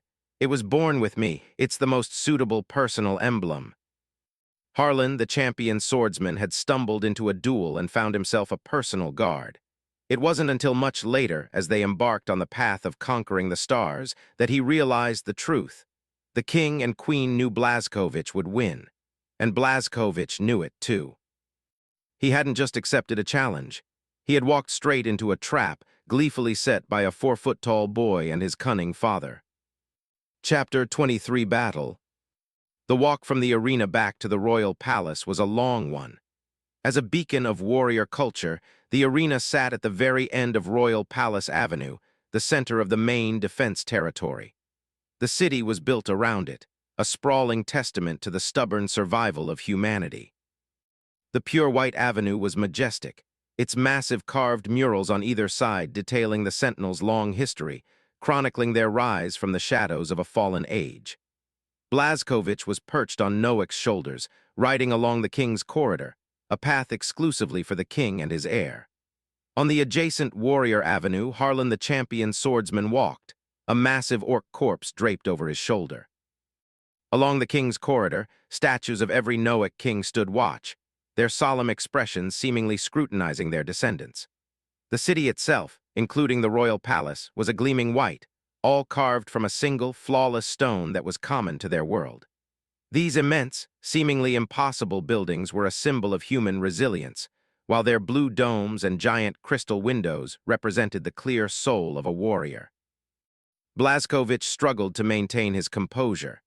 Even through the power armor's cold shell, he could feel the warmth of Noak's hands holding his legs, a comfort that made his heart pound. "You're nervous, Blazkowicz?" Noak asked, his voice a low rumble. He could feel the tension in the boy's body. Yeah, Blazkowicz replied, his voice a quiet tremor. I never thought you'd accept me. Why not? Noak asked, raising a hand and waiting for Blazkowicz to place his own on it. The king's hand, huge and weathered, enveloped his son's small one, a heavy warmth seeping through the metal gauntlet. Because of my differences, Blazkowicz said, his hand gripping his father's, afraid to lose the comforting hold. I've seen the amniotic pod. It's an artificial womb, a mix of magic and technology. I'm an anomaly, a created being. His voice cracked slightly. He was clinging to his father's hand as if it might disappear at any moment. Noak squeezed back, a quiet reassurance that he understood. No matter how fast Blazkowicz grew, his mind was still plagued by the anxieties of a child. He was afraid of his own power, his own strangeness. Do you know, Blazkowicz's voice was hoarse. I'm a creator, but I know nothing about the one who created me. What if they're evil? What if they created me for a dark purpose? Can I disobey them? Harlan, walking nearby, pricked up his ears, a faint smile on his face. He knew he had sworn allegiance to the right person. For all his strength, this boy was profoundly kind and gentle. His fear wasn't about being hurt. It was about the potential to hurt others. Suddenly, Noak stopped. He gently lifted Blazkowicz from his shoulders and placed him on the ground. He looked into his son's reddened eyes, seeing the deep-seated fear and unease. Noak's majestic face softened with a rare tenderness. He ran his hand through Blazkowicz's hair, then patted him on the back from his shoulders to his waist. You're no different from us, he said. You have 2 arms, 2 legs, and a head on your shoulders. He knelt in front of Blazkowicz, his hands resting on the back of his son's neck. Son, use that extraordinary wisdom of yours. Why were you created? Blazkowicz was silent. It was a question he had asked himself 1,000 times, and the answer had always eluded him. He was afraid to think about it, terrified that the answer was something dark and monstrous. Look at you, Noak said, the love in his eyes a warm, guiding light. I don't know who created you, but they made you beautifully. He took off his gauntlet, and for the first time truly touched his son's skin. Noak's calloused hand, worn from years of gripping a sword, gently cupped Blazkowicz's face, feeling every sculpted line. Your image embodies human hope. You are everything we imagine a great leader to be. Blazkowicz listened, considering his father's words. Noak's next question was a profound one. If you were born for slaughter and extinction, then why would they create such a glorious you? He continued to talk, clearing the fog from his son's heart. The galaxy is vast and filled with all manner of terrifying things. Why did they choose humanity as the template? Answer me. Blazkowicz looked up, a joyful mist in his eyes. The Creator is human, he cried excitedly. The problem that had tormented him was so simple. Human, Noak said, a satisfied grin spreading across his face. And a human, or a group of humans, full of ambition. They created you and perhaps your brothers to be glorious, to be mighty, to be natural leaders who will unite humanity and guide our future. The Emperor of mankind might never have known that a king, countless light years away, had figured out his grand plan. You cannot choose your birth, but you can choose how you live, Noak said, his voice authoritative. But what if, father? Blazkowicz asked, a new worry replacing the old. Noak's grin widened. Then you become strong, so strong you can resist anything that doesn't conform to your will. When they try to enslave you, you look them in the eye and say, get lost. Blazkowicz burst out laughing, a true, heartfelt laugh of pure joy. His face was flushed, and his eyes beamed with a pure, infectious delight. Hearing the king's uncharacteristic profanity, Harlan the champion swordsman nearly choked, stifling a laugh. Noak smiled, shedding his majesty to be a father teaching his son a simple lesson. Only by becoming strong do you have the power to choose your future. He patted Blazkowicz on the shoulder. Now go, prepare your barbecue and mushroom stew. I have many things to attend to. And with that, the king swept his cloak around him and departed for the throne hall. The king was also a father. Blazkowicz, with his newly recruited champion swordsman, carried the commando kid's corpse to cook their long-awaited meal. As Blazkowicz and his new, very tall guard departed, Noak entered the throne hall. The relaxed smile he wore for his son vanished, replaced by the steely gaze of a king. Civil and military officials stood in neat rows, kneeling on one knee as was tradition. For the past 3 months, Queen Elise had handled state affairs admirably, though a few minor details had slipped through the cracks. Noack dealt with them swiftly, his mind already on other matters. Later in his spacious study, he sat at his stone desk, his fingers tapping a rhythmic pattern on the surface. A king must be perceptive, he reminded himself, seeing the dangers lurking beneath a calm surface. The conversation with his son had opened a new train of thought, and it brought with it a chilling warning. Blazkovich's arrival was not a coincidence. The king was certain of it.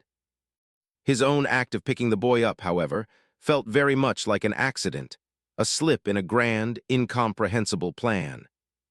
He knew that humans had created Blazkovich. That much was certain. But what kind of human technology could produce such a being? And why was such a powerful creation simply tossed into the void? Noack refused to believe the creators had just misplaced their most valuable asset. The threads of fate seemed to be tangling around him, connecting a series of impossible events. "Fourth bookshelf," Noack said to his attendant, "13th column, 21st book. Bring it to me." He had decided to seek answers in the sealed and forbidden knowledge of ancient texts, knowledge so dangerous it had been locked away for a reason. Once the book was on his desk, Noack dismissed the attendant. "Now get out, and tell the guards no one is to enter until I come out." His finger traced the index, stopping on a familiar and dreaded topic, warp energy. What the Sentinels found most incredible about Blazkovich's arrival was that anything could penetrate Argent Nur's dimensional shield. Their ancestors had used incredible conversion technology to pull the entire planet out of the real universe, placing it in a visible but untouchable state. Normally, a physical object, even another planet, would simply pass through them. Blazkovich should have flown right past them into deep space, but he hadn't. Noack was perceptive enough to know that what was impossible in the real universe was entirely achievable in the warp. He picked up a quill and wrote "warp energy" on a piece of paper. Blazkovich's amniotic sac must have carried enough raw warp energy to slip through the shield and land on Argent Nur. Then he picked up his pen again, and on the opposite side he wrote a name, Isaac, the high priest of the City of Truth. How did he know of Blazkovich's arrival? Noack would not be so naive as to believe in psychic prophecies. Psychic prophecy required a connection, and Argent Nur had no connection to any outside timeline. He recalled Isaac's every word from the day of the siege. A grim expression settled on Noack's face as he wrote a single word in the corner of the paper: God.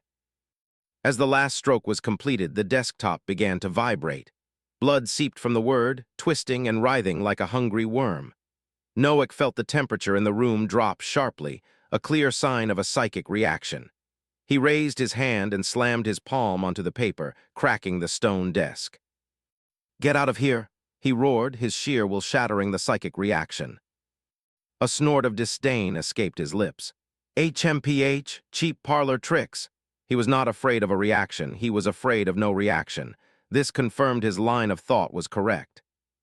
He picked up the quill and wrote the final corner of the paper, Creator.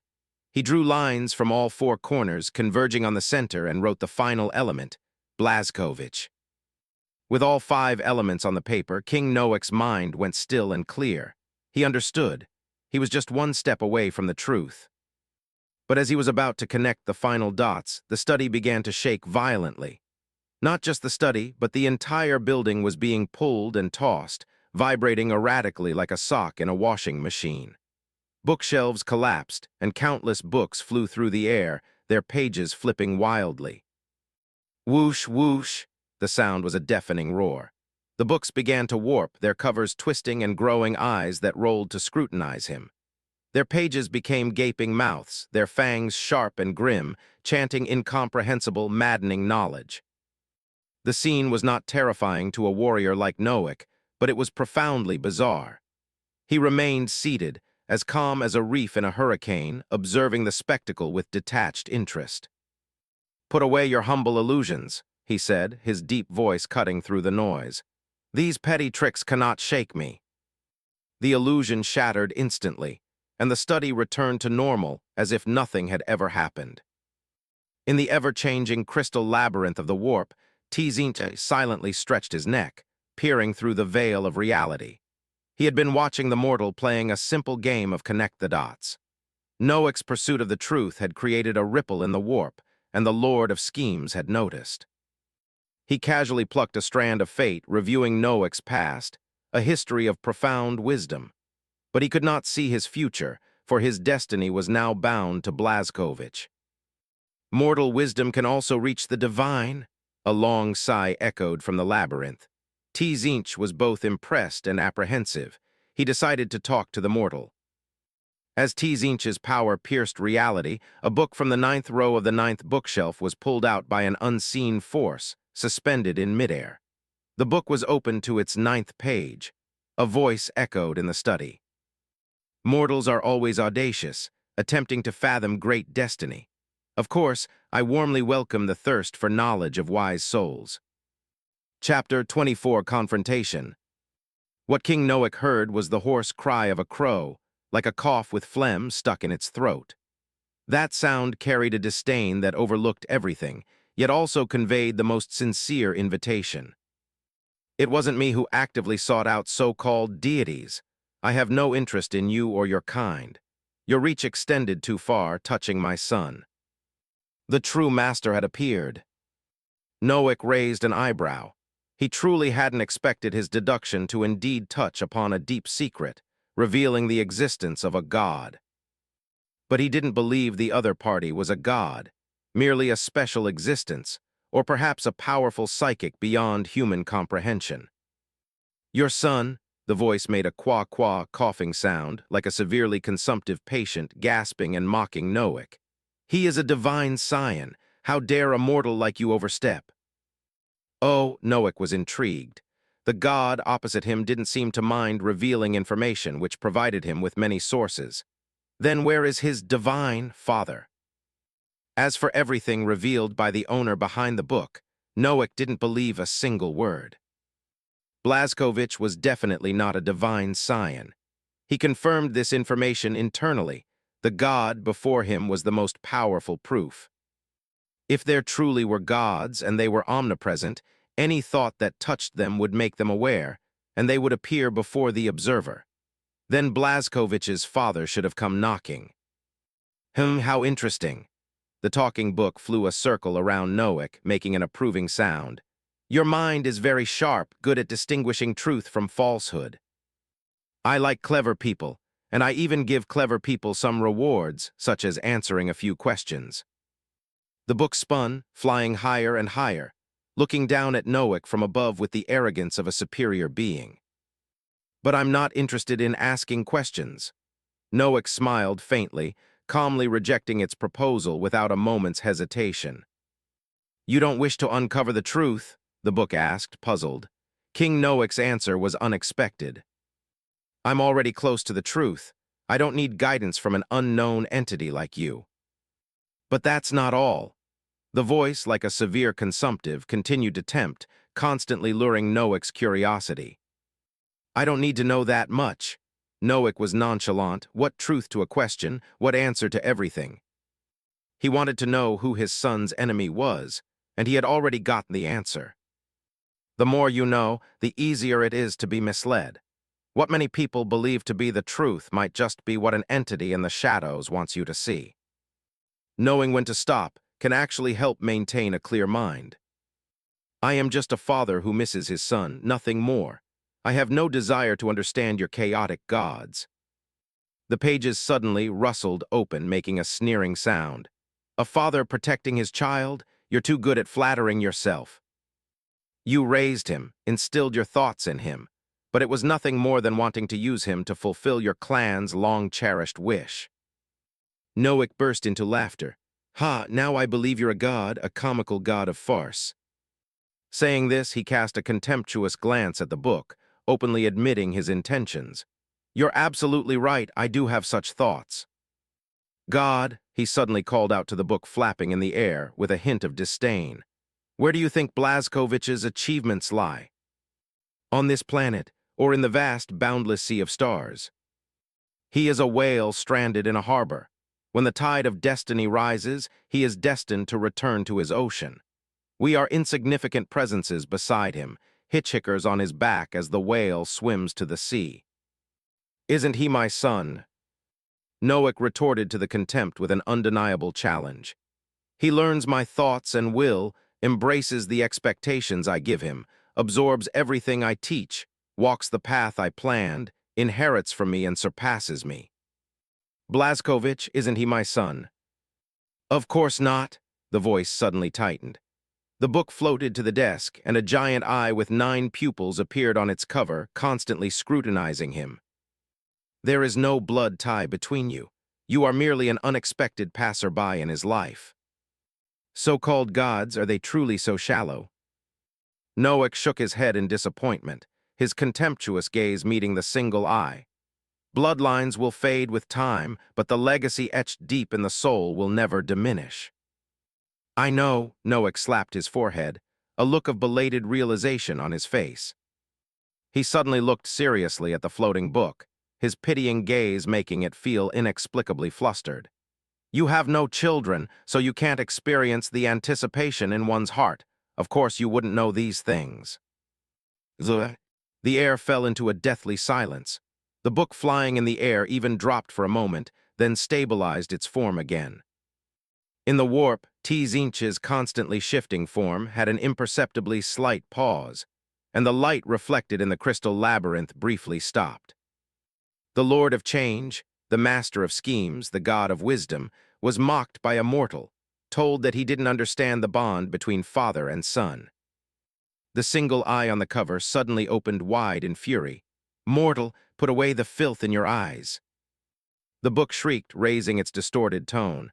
I am the Lord of Change. I am the God of Wisdom. I perceive all destinies. I know all secrets. At this moment, Tzinch's divine body changed violently. His mood was very bad, and his voice came through the book. I am the omniscient God, the Lord who knows all. Yes, exactly.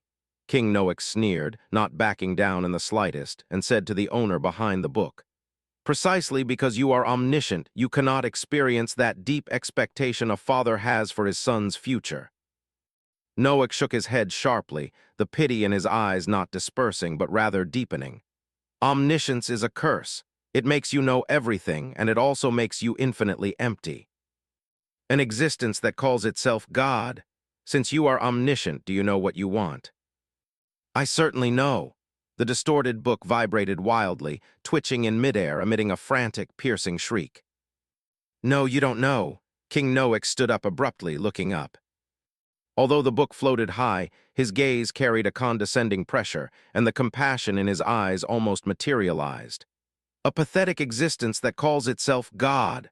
For you, everything is predetermined, everything is as it should be. Banged. Suddenly, the one-eyed book burst into blue flames, burning without a sound. This time the god did not answer him. The ashes that drifted down formed a string of characters on the desktop. King Noack, we will meet again. In the warp, the Lords of Change dared not make a sound, fearing their master would tear them apart. Just now, Tzinch had inexplicably flown into a rage, smashing a crystal inscribed with lost magic into fragments. Noack was absolutely right. Over infinitely long years, the omniscient Tzinch was indeed empty. His infinitely changing body was a direct reflection of his not knowing what he wanted as a result. Being called out by an incredibly humble mortal was more uncomfortable for Tzinch than being bitten by Nurgle. Noack, a phantom appeared in Tzinch's hand, a real projection of Noack. All the eyes on his body were filled with fury. Only one thing you said was wrong. When Blazkowicz comes to the warp, his unpredictable destiny is not decided by the gods, and I am very much looking forward to how far he can go. With another wave of his hand, Blazkowicz, who was making mushroom soup, appeared in his hand. Tzinch's infinitely profound eyes showed immense fondness. I am immensely looking forward to how far you can go. Waving his hand to extinguish the phantom, Tzinch chuckled sinisterly. I need to talk to the other 3. This man's wisdom is our biggest stumbling block. Noak knew nothing of what was happening in the warp, nor did he want to know. He continued his work, connecting Isaac and the god. The so-called god gave Isaac hints, allowing him to foresee Blazkovich's arrival. Then he drew another line, connecting the god to the warp. Because besides the warp, the god had nowhere to go, and only by being in the warp could it use warp energy. Blazkovich and the creator were connected because they were the primary relationship. Everything began with them. Why would the warp god hint to Isaac to precisely deliver Blazkovich's amniotic sac? Naturally, they had snatched Blazkovich from the creator and wanted to make him their own. So a thin line was added between the god and the creator, with hostile written on it. Having completed all his deductions, Noak's face was grim. He felt no joy or satisfaction from uncovering the truth. He was fighting alone now, with no one to help him. And his son was surrounded by enemies. A pack of hungry wolves wanted to tear him apart and feast. Chapter 25 Mindset. What color is the night sky? On Argent Nur, the night is a beautiful, trippy dream. The stars aren't twinkling. Instead, the sky is a permanent light show, thanks to the massive, gem-filled mountains that reflect the magnificent auroras across the entire hemisphere.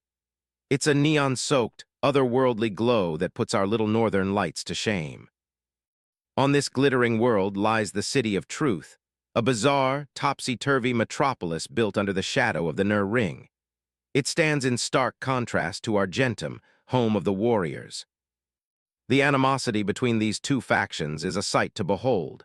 Warriors think wizards are a bunch of weak-willed cowards who pray to imaginary friends.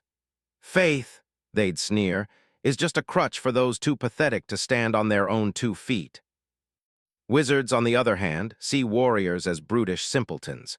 They're so wrapped up in their warrior's law that they can't even begin to grasp the deeper, more profound truths of the universe. It's a clash of brains vs brawn, and neither side is ready to concede. This ideological chasm is reflected in their architecture. The warriors' towers are all rigid, uniform, and orderly. The wizards' towers, not so much. Each one is a unique architectural fever dream. Some are tilted at gravity-defying angles, others are built upside down. It's like a bunch of artistic geniuses were given a no-rules building contest. The tallest one in the city center is the biggest offender, a glorious mess of mismatched windows and crooked brickwork that's somehow beautifully wrong. High Priest Isaac, once a man of poise and grace, is now a wreck. He's been on his knees for 3 months straight, literally begging for divine forgiveness. His head is a mess of bruises, his back is permanently hunched, and his lips are chapped from endless prayers. Why the self-flagellation? He messed up a mission from his gods. He was supposed to bring back the divine child, a figure named Blazkovich who had just arrived. But he botched it, and the king of the warriors, Noak, swooped in first. Now Isaac is consumed by a soul-crushing fear. What if his gods abandon him? He's a powerful psyker, a master of the mind, but right now, he feels like a lost dog in the gutter, tail wagging and desperate for a scrap of attention from a master who might have forgotten he even exists. This is the tricky part about the 4 gods. Their love isn't like ours. It's not logical. It doesn't grow with devotion or shrink with contempt. It just is. They love you, they don't love you. It all depends on their cosmic mood swing. And right now, they're watching Isaac's pathetic display. Up in the warp, the 4 gods are chilling, observing their pathetic supplicant. Etched, the god of change, is profoundly bored. To him, Isaac is as interesting as a single-celled amoeba. "Aren't you gonna say something?" asks Slaanesh, licking her lips with a long, black tongue. She smells a complex cocktail of pain and secret joy in Isaac's masochism. She's intrigued. "He's a useless pawn," Etched says, casually pulling a moment of time from history. He shows the others the chaotic scene where King Noak snagged Blazkovich before Isaac could. "You messed with my plan?" Etched asks, his form shifting into a giant eye, glaring at Khorne, the blood god. Khorne, a simple-minded warrior, is in a good mood and denies it. Everyone knows Khorne doesn't lie, even if he's trying to be sneaky. Etched's eye then drifts to Nurgle, the plague god. "What are you looking at me for?" Nurgle grumbles, disgusted. I don't do petty schemes. The three gods then turn their gaze to Slaanesh, the youngest and most despised of the bunch. Slaanesh's domain is desire, and that means she can taint the pure obsessions of the other gods, Khorne's lust for slaughter, Tzeentch's thirst for knowledge, and even Nurgle's sacred cycle of life and decay. Everyone hates him. It wasn't me, Slaanesh whines, sounding a bit too defensive. That warrior's will is strong, he's too disciplined. The gods fall silent. They know someone intervened, someone with a power they can't see. Was it him? Slaanesh whispers, referring to the big man in charge, who's been busy on his home planet Terra. No, Tzeentch says, showing them a projection of Terra. He's busy preparing his armies. No matter who it was, Tzeentch chuckles, showing them a new image of King Nowick drawing up plans in his study. He now knows what we're after. We need to get to Blazkovich, and he's in our way. Nurgle, ever the helpful one, vomits up a miniature version of Argent Nur, explaining that the planet's location makes their influence weak. They need a foothold. Slaanesh wiggles his tongue, leaving a purple stain on the miniature planet. Send an envoy, he suggests. One ritual is all we need to create an anchor point, then space means nothing. The other two gods agree. Tzeentch pulls a magical dagger out of his own throat. Khorne blesses it with warrior's might. Nurgle swallows it to imbue it with corruption, and Slaanesh spins it to bestow it with artistic grace. They're ready to make a move, and who better to be their messenger than the guy who just failed them? Isaac, a voice echoes in the High Priest's mind. What are you willing to give? Isaac, who has just about lost his mind, is overjoyed. Everything, he sobs. I'll give you everything. I'm no longer myself. I'm your apostle, your mouthpiece. A deep cosmic laugh rumbles through his head. Then I shall grant you everything, the god says. I just hope you don't disappoint us again. Chapter 26 GRUDGES. The Royal Palace Kitchen, a place of sharp knives and simmering pots, not exactly a champion swordsman's natural habitat. Yet here he was. After being pulled from the heat of battle, Harlan leaned against a wall, enjoying a rare moment of peace. A throne attendant had just delivered a message that his services wouldn't be needed on the battlefield for the foreseeable future. His new mission, to serve as personal guard to his master. Harlan was a bit surprised by King Nowick's command, but he didn't question it.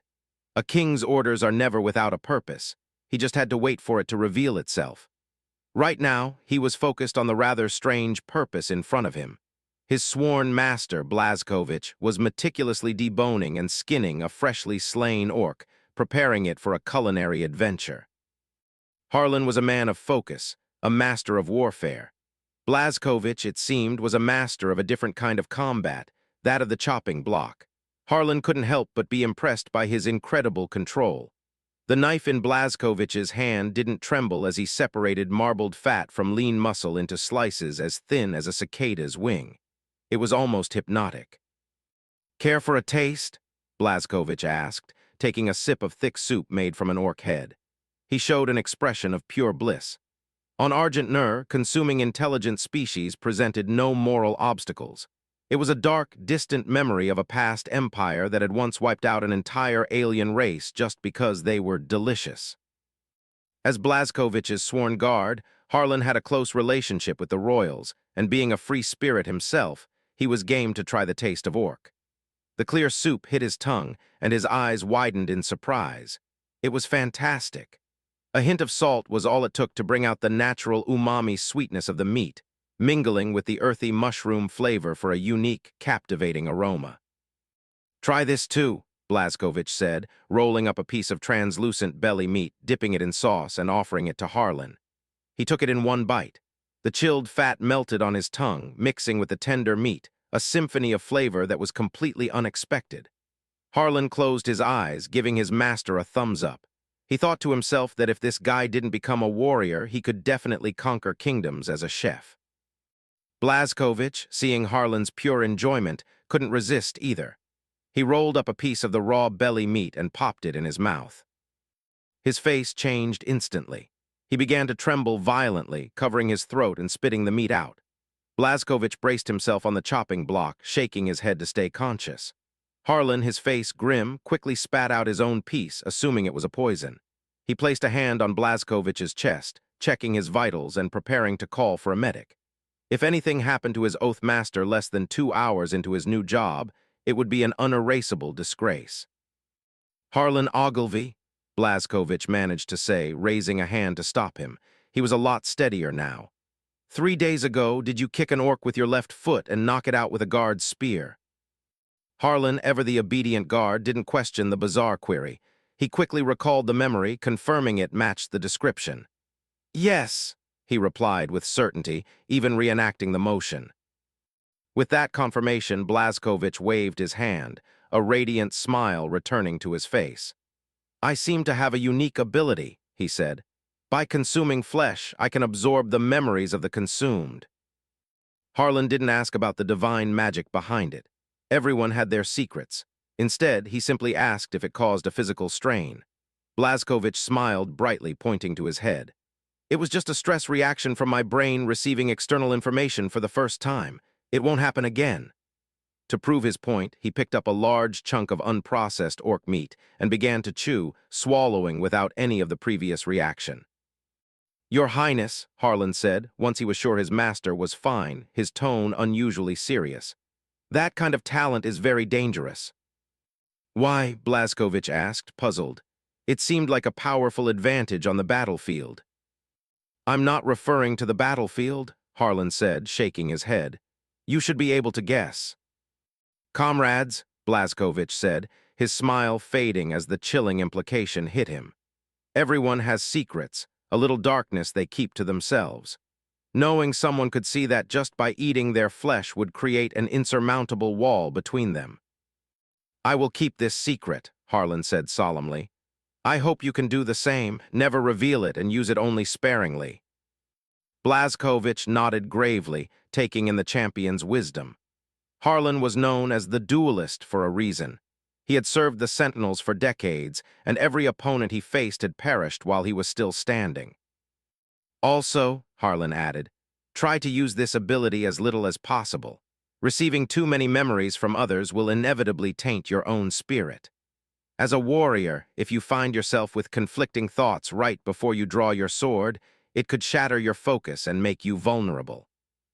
Blazkovich promised to remember his teachings, realizing he was getting an invaluable lesson from a true master of war. Their lively chat was interrupted by a court maid. Your Highness, she said, Queen Elise asks you to see her to bid farewell to King Noak together. So soon? Blazkovich asked in surprise. He had thought his father would stay a little longer. You don't know the extent of the battlefield's chaos, Harlan said. As the orcs scattered, they were also regrouping and growing stronger. The army was deployed for a full encirclement, and someone had to be present to command them. Blazkovich's sudden arrival had annihilated the orcs' leadership, but millions of greenskins were still out there, and leaving them unchecked would be disastrous. It was a great helplessness to have such an elite force engaged in a seemingly endless war of attrition. At the gate of conquest, Blazkovich, his mother, and his second elder brother, Flano Novik, stood with the crowd to say their goodbyes. Where's Big Brother? Blazkovich whispered to Flano. He's going crazy with work, Flano whispered back. The logistics for all the troops are entirely on his shoulders.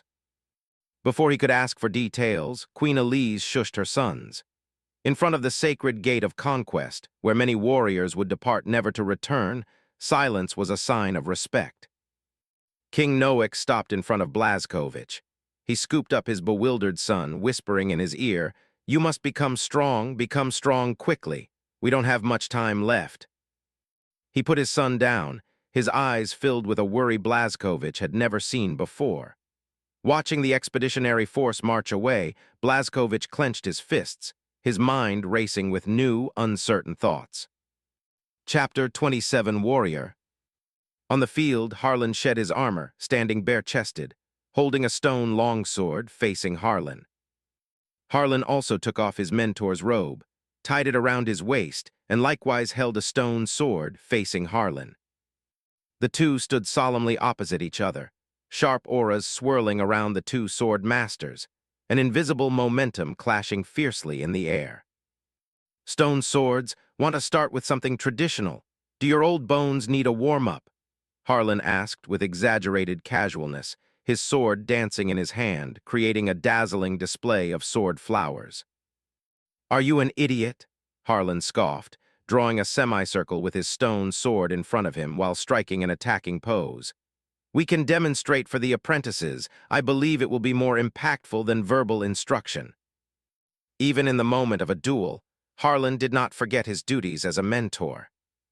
A duel between two sword masters is a rare opportunity, and how much the apprentices learn depends on their talent. With frequent warfare, all the experts are out fighting, making it impossible to find a sword master for guidance and teaching. Since an opponent had proactively come to his door today, Harlan naturally had to make good use of the opportunity. The so-called traditional swordsmanship is a contradictory swordsmanship developed by the Sentinels, used for self-discipline. It is not sharp, and its offensive power is average, but for those who can use it skillfully, their swordsmanship can definitely be described as uncanny. It relies on Argent-Nur white stone and is named restraint. When the white stone is polished to 1 millimeter thin, it exhibits a unique characteristic. Longitudinally, it is incredibly tough, but horizontally, the blade will snap with even a slight application of force. The restraint match is simple. Both sides use any movement to attack, cutting off the opponent's sword while ensuring their own sword does not break. It sounds difficult, but in practice, it is even harder. It tests both sides' control and mastery of technique. Since they were starting with the traditional method, the two no longer had a tense, drawn-out atmosphere. Instead, they approached each other quite relaxed. Harlan bounced along, his entire body relaxed, adjusting every muscle to its optimal state. Harlan was much the same, swinging his limbs to relax his taut nerves. Zhang, the two stone swords clashed, a clear, resonant hum echoing through the training ground. This crisp sound was both a salute of courtesy and a declaration of engagement. Harlan launched the first attack. The moment the blades touched, his arm muscles suddenly exerted force, and the stone sword slid down the blade, striking directly at Harlan's face. Your intention is too obvious. Harlan's ancient, robust voice still sounded like a teacher giving guidance. He gently turned his blade, meeting edge with edge, forcing Harlan to stop his strike. Indeed, when stone sword blades collide, the one who uses more force is at a disadvantage, as the sword body is more likely to break at the point of impact. Humph, Harlan grunted, his arm muscles suddenly tensing, forcefully stopping the descending blade instantly. This is the essence of restraint, instantly stopping the blade. It requires powerful body control, manipulating body muscles to instantly halt the stone sword from rapid motion. The moment it stopped, Harlan's blade, defying inertia, instantly slashed horizontally, cutting a 90-degree right angle. Though, by the side of the training ground, the tactical apprentices gasped in amazement. Such a battle involved no screaming clash of blades, no dazzling sword techniques, only a rigorous test of fundamental skills. Blazkowicz also watched, clenching his fists. Imagine on the battlefield your opponent wielding his sword with complete freedom, controlling its direction at will. What a terrifying sight. Harlan's expression was serious. It was time for his sword to give the young man a taste of hardship. The two disengaged after one strike. Harlan's stone sword swept upwards from below, launching an attack from below. Harlan's swordsmanship was aggressive, meaning he would not block with his blade horizontally, but would instead chop downwards, striking at the incoming blade. Whoever stops is a coward. His eyes conveyed this message. Their gazes met, fierce eyes clashing, both wanting to pierce through the other. Neither would yield. They were determined to determine a victor. A muffled grunt came, and the instant the blades touched, almost simultaneously, both men gasped for breath, stopping their blades. Instant stop, instant cut. These two simple movements left both grand swordsmen sweating after 2 rounds of engagement. Their legs were rooted like old trees, their arm muscles bulging and tensed, veins protruding yet needing to relax instantly. Even for battle-hardened warriors, such a burden was still difficult to bear. The swords touched gently, and they faced each other like reflections, blades touching, maintaining precise contact through every advance and retreat. The mastery of technique and degree of strength control displayed by both sides were beyond what ordinary people or even the sentinels could achieve.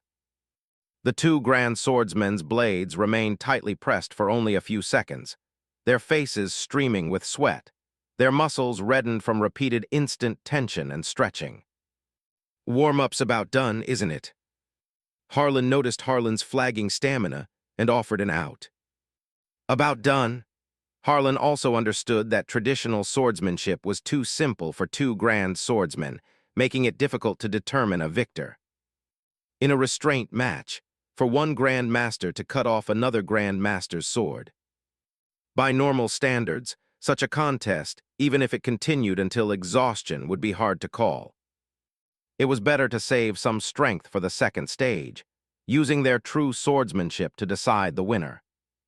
Traditional swordsmanship is basic swordsmanship, used by every sentinels. The true decider of victory is advanced swordsmanship. It's a very broad term. Any swordsmanship that goes beyond basic swordsmanship is called advanced swordsmanship. Harlan's instinctive swordsmanship is advanced swordsmanship, and Harlan's sword techniques are also advanced swordsmanship. There's almost no fixed definition. Any swordsmanship that develops its own style is advanced swordsmanship. Switching to fine iron longswords, both sides rested for a few breaths, preparing for the second stage of the match. Hearing that both sides were about to get serious, Queen Elise's expression suddenly changed, as if remembering an important lesson. "Later you can study and refer to Harlan's swordsmanship, but you must not learn anything else." "Promise me?" Elise, abandoning her usual gentleness, said to Blazkowicz with a serious expression. "Don't learn anything at all." Looking at the serious expression on his mother's face, Blazkowicz also said earnestly, "I promise you, I won't learn anything except the swordsmanship." The next moment, Harlan on the field spoke. Blazkowicz finally understood the reason for his mother's prohibition. Besides the sword techniques, Harlan's other aspects were not to be learned. "Old man, when my wife gave birth to your great-grandson, you didn't even come to see him." Harlan's mouth was faster than the sword in his hand. The moment he spoke, Harlan's aura faltered, and Blazkowicz clearly saw veins bulging on Harlan's forehead. In that moment of hesitation, Harlan seized the opportunity to close in, his sword weaving an impenetrable net, forcing Harlan to retreat repeatedly. As people knew, Harlan's swordsmanship was renowned for its aggression, every strike aimed at vital points like the throat. "Look at you, your sword-holding hand is trembling. Why not retire and go home?" Compared to his sword, his mouth was no less aggressive. Blazkowicz had heard of the champion swordsman's title, but hadn't learned much about the man himself. Now, the incessantly chattering person on the field made Blazkowicz uneasy. He hadn't expected his guard's verbal aggression to be so potent. Although it's a very effective strategy, never learn it. Queen Elise reiterated her solemn instruction, with a serious expression Blazkowicz had never seen before.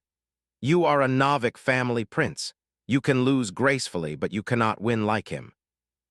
Blazkowicz nodded, understanding the meaning behind his mother's words.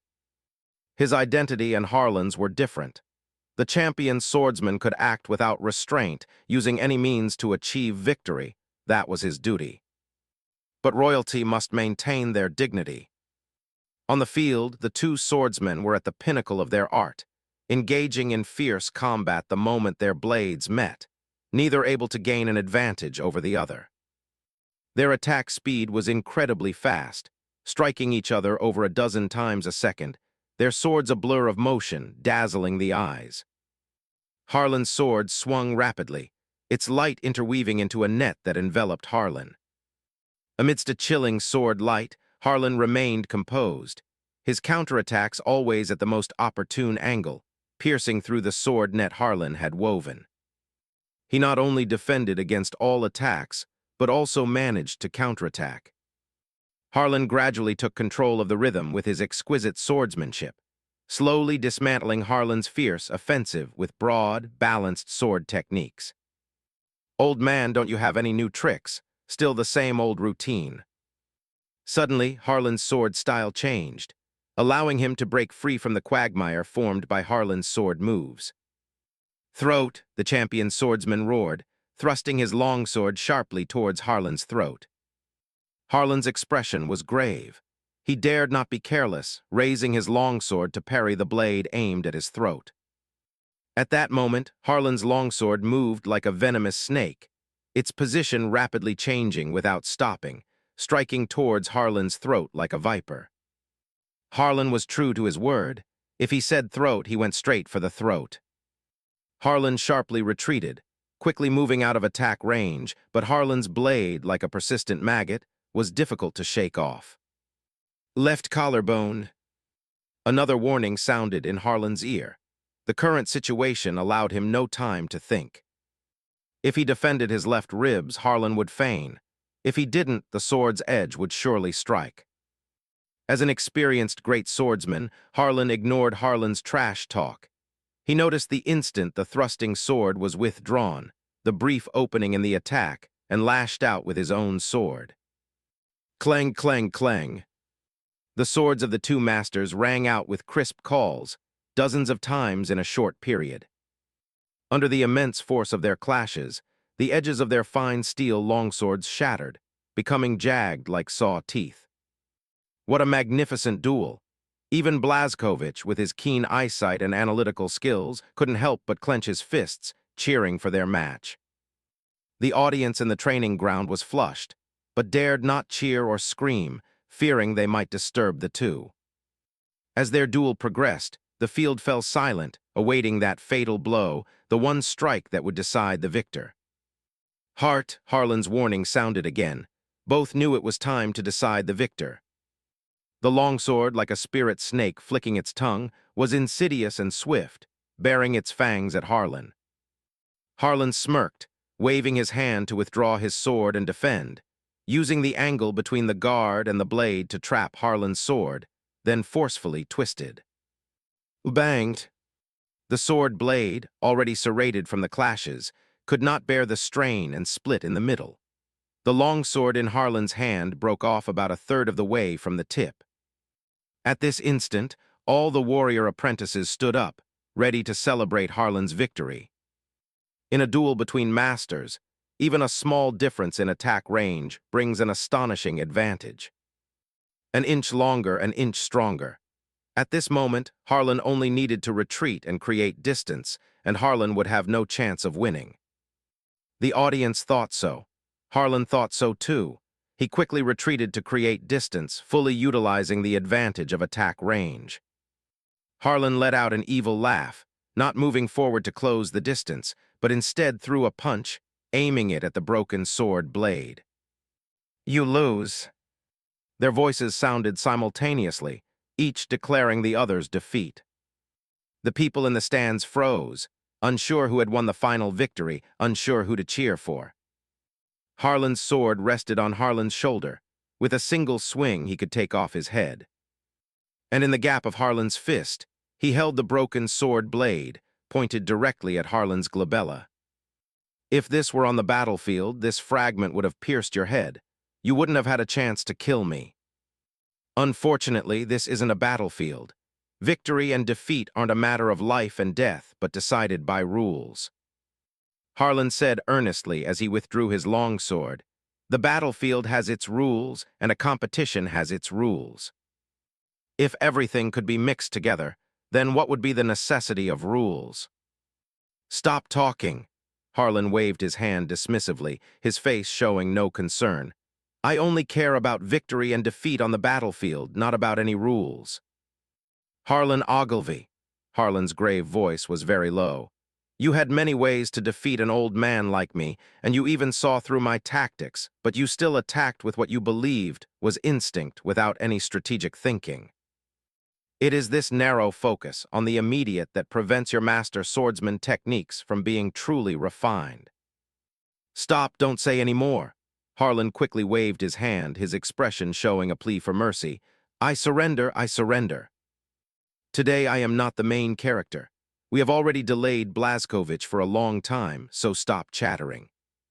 Finally, Harlan opened his mouth, wanting to say something but swallowed it back. Continue training. His angry roar dispersed the warrior apprentices who were watching, as the remaining matters were not for them to be involved in. Harlan smiled gently, pulling Blazkovich to his side and saying, Go to the training ground. Harlan Ogilvy will teach you the basics. Your mother and I have something to discuss. All right. Blazkovich nodded and then left. When adults discussed certain things, he needed to give them space. Me, Harlan pointed to himself, looking at Harlan with a puzzled expression, his eyes full of confusion. Seeing Harlan's grave expression, he asked no more questions, silently following Blazkovich away. Queen Elise. After Harlan and Blazkovich had walked away, Harlan looked at Elise, hoping the queen would provide an answer. The royal family's learning process has remained unchanged for thousands of years. Are you not going to give this old man an answer? Nothing is trivial in the imperial family. Every action of the Noack royal family involves many things and cannot be changed on a whim. The different order in which knowledge is learned greatly influences a person's subjective perspective, leading to different decisions on the same matter.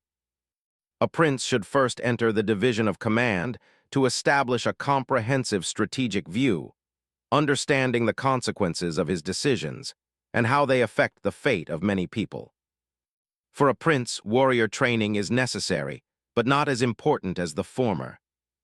A warrior who makes a wrong decision in battle might die, and in the worst case, could lead to the demise of a small squad. If a commander makes a mistake, it leads to complete defeat. A commander needs to be rational, suppressing the desire for victory to achieve it. A warrior needs rage to ensure they kill the opponent in front of them. The two are vastly different. The type of education received first dictates the type of thinking one adopts. Harlan did not understand why Elise had sent Blazkovich here to first undergo warrior training. King Noack had explicitly stated that he considered Blazkovich his son and wished for him to inherit the throne. Harlan was one of the witnesses. Could it be some court politics? Harlan couldn't help but be suspicious.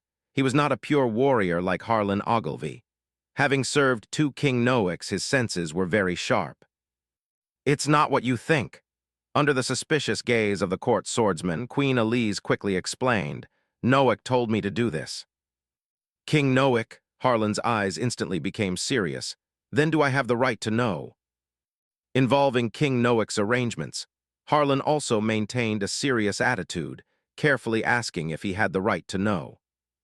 He instructed that, besides me, you are the only other person with the right to know. Elise pulled Harlan into the shadows, and after confirming no one was around, she lowered her voice and said cautiously, He foresaw the future and believes Blazkovich must first wield a weapon and possess the power to protect himself. Upon hearing this, Harlan's pupils suddenly constricted. His heart pounded wildly for a few beats, and cold sweat instantly streamed down his forehead. Blazkovich needs to protect himself. This indicated that King Noack could no longer be certain that his abilities, or the Sentinel's abilities, could protect Blazkovich. Harlan felt his mouth go dry. He couldn't understand what kind of enemy would make King Noack feel such pressure. Then we must hurry. Under Harlan's guidance, Blazkovich began to learn basic swordsmanship, practicing with considerable skill, which amazed Harlan at his learning ability. Blazkovich, from now on you will follow my arrangements. Harlan's voice suddenly rang out, his eyes somewhat grave. We must hurry. Use all your abilities and learn the way of the warrior well. Blazkovich's excellent perception allowed him to sense the gravity in Harlan's eyes, as well as the suppressed urgency. His small face was serious, and he nodded heavily, I can't wait. Harlan also became aware of the heaviness in the air. His instincts told him that his future work would not be easy. Thus, Blazkowicz embarked on his path as a warrior. Chapter 28 before. My lord.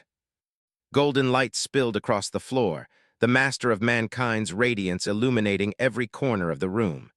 He wore golden power armor called True One Armor, yet his steps were incredibly light as he slowly entered the room.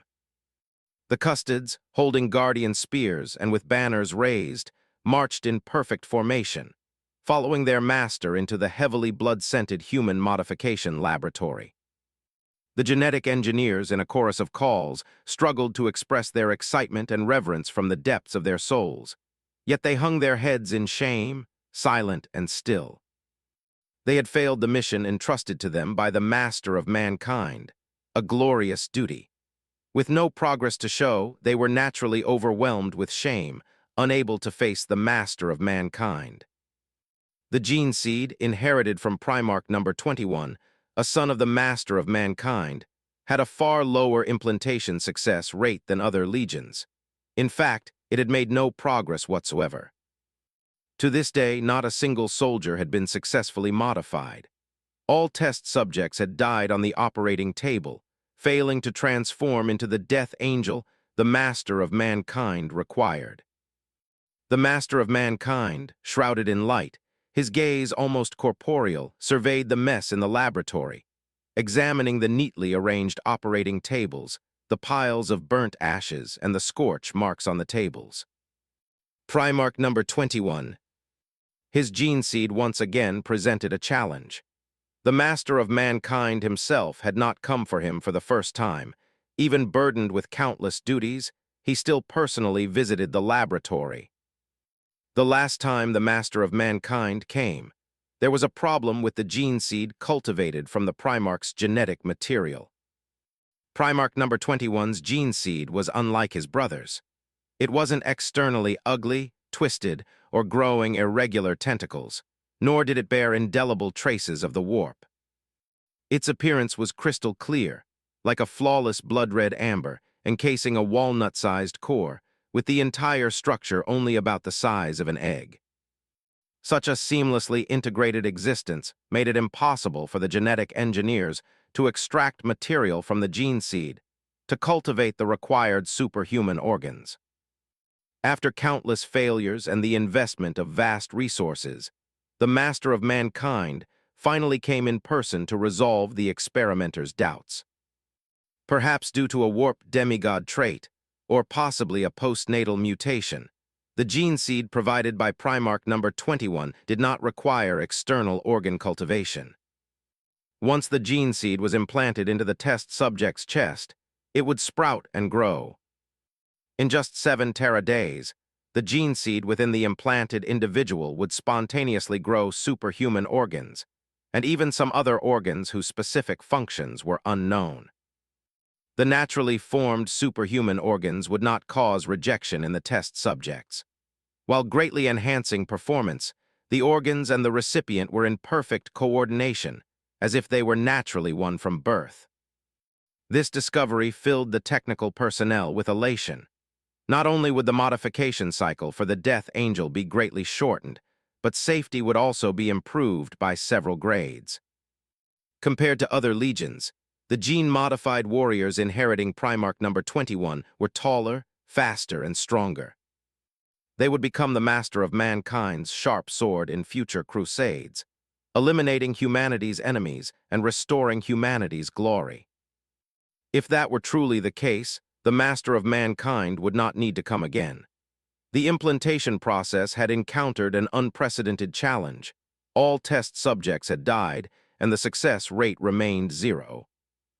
Other legions were preparing intensely and had already formed initial combat capabilities, while not a single member of the 21st Legion had survived and successfully left the operating table. Gene Artificer, report what you know. A custodian stepped forward. As the master of mankind's most loyal servants, all of his words were conveyed by them.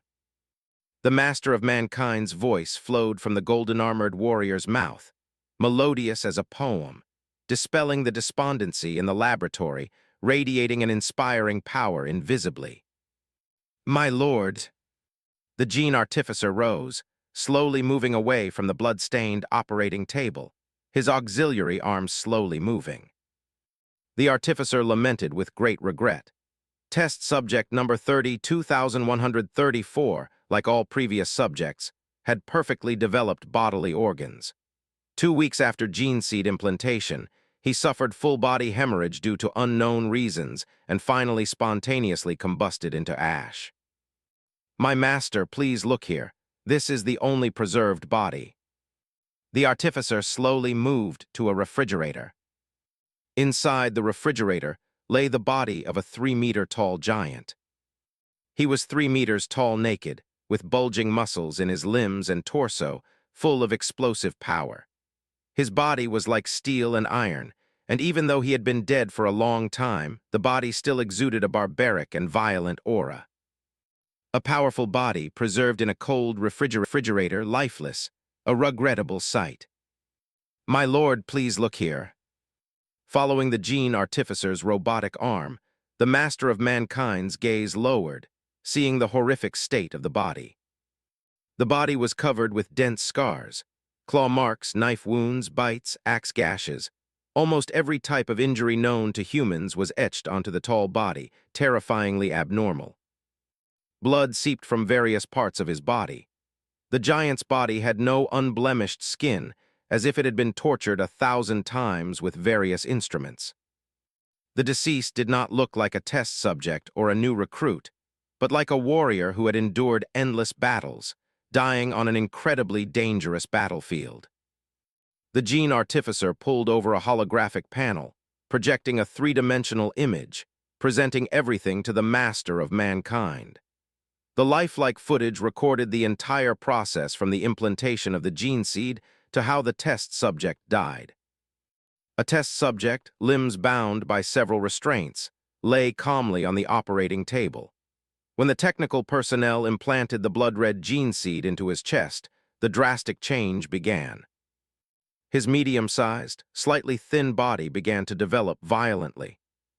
Over the next week, bone density increased, muscle density surged, skin tolerance strengthened, and all organs functioned normally. All data far surpassed that of warriors from other legions, taller, bigger, faster, stronger. As time passed and body development plateaued, the warrior in the footage suddenly began to struggle. His eyes bulged, crimson with hatred. He gnashed his teeth until they shattered, letting out angry roars. His limbs tensed, every muscle flexed, the restraints creaked, and the operating table tottered from his struggles. Then those terrifying wounds appeared out of thin air. Blood flowed incessantly. Various injuries tore his flesh. The next second, super self-healing began to mend the wounds, only for them to tear open again, then heal again in an endless cycle. Injured, healed, unending pain ravaged the superhuman body, gradually leaving scars on it. The test subject let out a roar, but that roar was not of pain. It was a furious, hate-filled bellow that made everyone present's heart palpitate. That anger, that hatred. The master of mankind frowned. He had never seen or heard such anger and hatred from a human being. Eternal, unrelenting. The custodian warriors gripped their guardian spears. The hatred conveyed by the projection carrying the image was chillingly real. The surrounding staff covered their ears, trembling. Having witnessed it tens of thousands of times, they were still awed by that real fury. "I will slaughter you all." His bulging bloodshot eyes were crimson. The angry roar seemed to echo in their ears, and the surging killing intent sent shivers down the custod's spines. What on terra was this? These were no longer emotions that a human could express. Towering hatred was nothing compared to this, and the fury was enough to destroy worlds.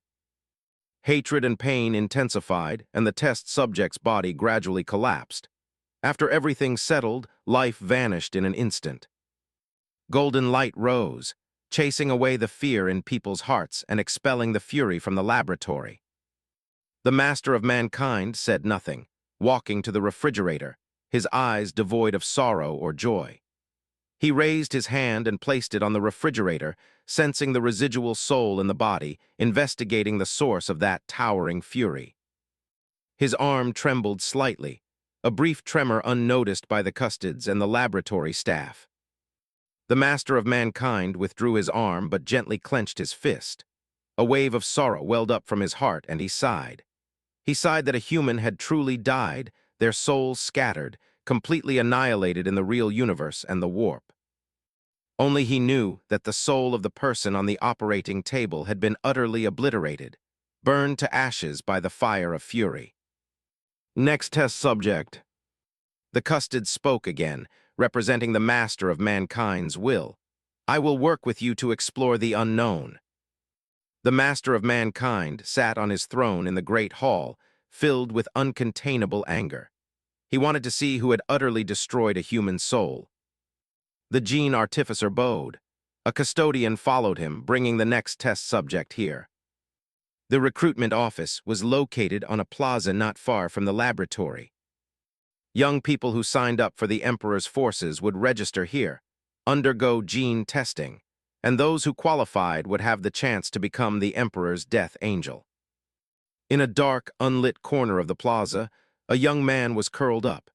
He had the distinct black hair and black eyes of an ancient Asian gene.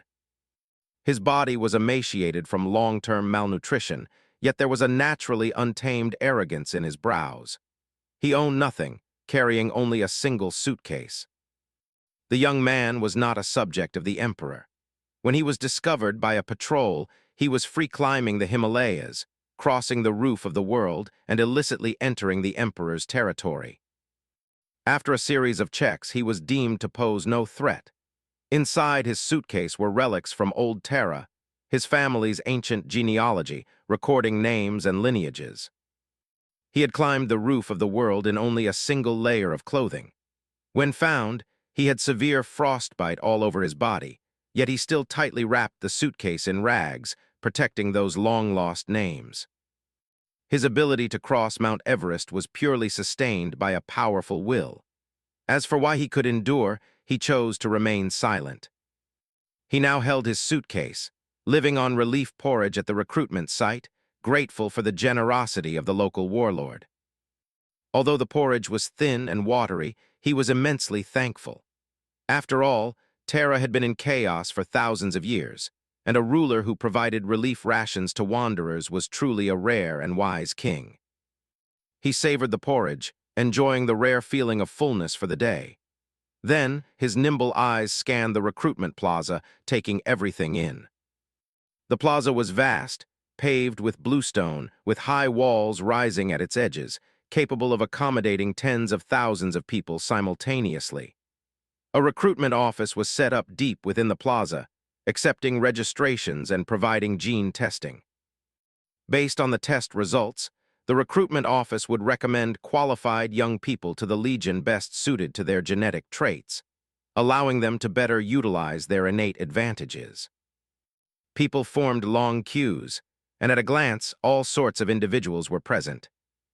There were nobles wearing family crests, soldiers in uniform, ragged wasteland wanderers, and even gang members. Shaking his head, the young man didn't understand. These people were a mixed bag of varying quality, yet without exception, they dedicated themselves, and even their sons, to their lord, participating in the brutal Terra War. He heard that the lord of this land called himself the Emperor, vowing to unify Terra and bring unity to humanity's home planet. What a grand ideal! The young man drank the last sip of porridge, licked the residue clean from the bowl with his tongue, and slowly stood up, his tone sincere. I wish you success. Since the age of strife, humanity's home planet had been ravaged and scarred. Countless heroes rose to try and end the chaos, only to be swallowed by the conflict. The grand ambition of unifying humanity, or the aspiration to return to deep space, had yet to be achieved by anyone. He respectfully returned the bowl to the relief station with both hands, then sat back in the corner with his box, waiting for tomorrow's relief. A quiet intensity emanated from the young man's dark eyes, yet his gaze was exceptionally fervent as he scanned the tall warriors. They stood on the walls and throughout the plaza, clad in power armor, proudly puffing out their chests, standing out like cranes among chickens. A small giant in the distance turned to look, and the young man immediately lowered his head. Those genetically modified warriors had keen senses and were very powerful. A strong sense of envy showed in his eyes. He had already undergone gene testing a few days ago, and the results were quite good. His genes were very pure and excellent, but he did not pass the selection. He was 21 years old. Although he was at the peak of human physical ability, he had missed the optimal age window for genetic modification.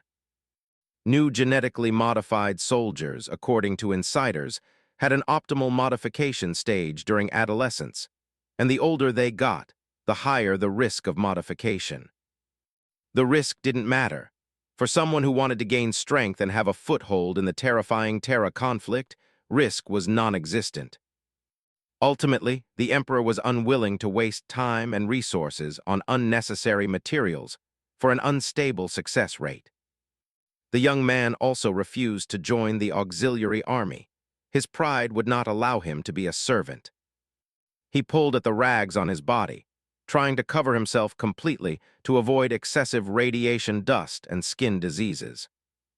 He quite liked this corner near Primarch number 21's recruitment office. It was quiet and comfortable. It might be for a special troop type, as not many people seemed to sign up here, and the recruitment office staff were quite idle. What the young man didn't know was that many people on the plaza were watching him in his corner, with strange expressions on their faces. Primarch number 21's recruitment office, known by insiders as the Death Recruitment Office, had yet to see anyone survive the gene modification surgery. Earlier, Primarch number 21's entrance was also bustling, with people eagerly signing up to offer their lives to the Emperor. However, after several months of news spreading among the nobility that no one had survived the modification surgery, the number of people signing up at Primarch number 21's gradually decreased. To date, a large number of excellent candidates had lost their lives in modification experiments, dying on the operating table. To die for the Emperor, to disregard life and death, was naturally a duty, but no one wished to die humiliatingly on an operating table. Some powerful noble families had already warned their family members not to go to Primarch number 21's recruitment office. Wasting precious lives on a certain death modification surgery would betray the Emperor's expectations, bring shame to the family, and invite ridicule from others. If there was even a 1%, or even a 1,000% success rate, countless people would still eagerly sign up for the modification surgery to dedicate themselves to the Emperor. Tens of thousands entered, and no one survived. The 100% mortality rate had yet to be broken. There was pity, ridicule, schadenfreude, and more often, anticipation. Countless gazes intersected, constantly sweeping over the young man. Primarch number 21's recruitment office was no safe haven. With fewer and fewer voluntary subjects, the gene artificers had begun to grab people nearby. Perhaps at any moment, this poor wanderer might be taken away for experimentation. Of all this, the young man was oblivious. He didn't have superhuman senses. He rested quietly in the corner, holding his suitcase, avoiding wasting energy so he wouldn't miss the next meal of porridge. "Where are the people here?" As the young man was about to fall asleep, he heard a voice. He had never before so directly perceived the power contained within its owner from a voice. It was deep and resonant, like spring thunder exploding in his ears, like a ray of sunlight dispelling the gloom that enveloped his heart. All sleepiness vanished. The young man propped himself up, stretched his neck, and looked. A golden-armored warrior stood there, clad in magnificent golden armor with a red plume on his golden helmet, a red cloak hanging behind him, and a spear in his hand. "My lord!" Exclamations filled with reverence, countless voices coalesced into respectful words. Inside the recruitment plaza, the surging crowd receded like a wave, everyone kneeling on the ground, shouting, "My lord!" Everyone present trembled, moved by the appearance of the golden-armored warrior. The custodian's presence was like the emperor himself. The young man quietly swallowed, forcefully suppressing the urge to prostrate himself, his eyes fixed on the golden figure, yearning for that kind of power. He thought to himself, is he the lord of this place? Perhaps only a lord could possess such power. Only a lord could have such majesty and nobility. The gene artificer behind the custodian stepped forward, explaining softly with a hint of embarrassment. My lord, after tens of thousands of failures, many people have lost faith in Primarch number 21. No noble scion or military family can long endure losses with no end in sight. They sent their best offspring to undergo Astartes modification, only to receive grim news and bodies. The custodian pondered for a moment, then nodded, his helmet plume swaying in the wind. I understand. After speaking, he took a step forward. His power armor clanked on the bluestone path, metal and stone performing a symphony, his spear clanging and rattling. His majestic, deep voice, amplified through the helmet's speaker, resonated throughout the recruitment plaza. I am the Emperor's custodian. I need a brave warrior to offer his life. Whoosh! In the plaza, almost everyone in the kneeling crowd raised their arms, no one shrinking back, all eagerly signing up. Even if they understood that the custodian emerging from Primarch number 21's door meant a path of certain death ahead. Very good. The custodian was very satisfied and was about to choose a promising young man. Just then, his superhuman senses caught a scrutinizing gaze.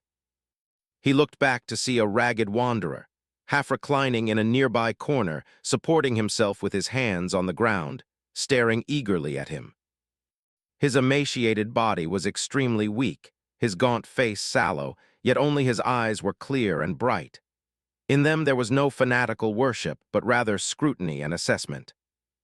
The custodian's brow furrowed beneath his golden helmet. He disliked such scrutinizing gazes, but the yearning for power in those eyes was also as hot as fire. So the custodian's superhuman mind quickly pondered, and an idea surfaced. The gene artificer had said that Primarch number 21 did not pick the recipient's age, and the compatibility level was extremely high. Any person would do. He raised his golden arm, his middle and index fingers together, pointing at the thin wanderer in the corner. He'll do. The golden-armored warrior's words came through the respirator grill, somewhat muffled and hoarse, but still clearly audible.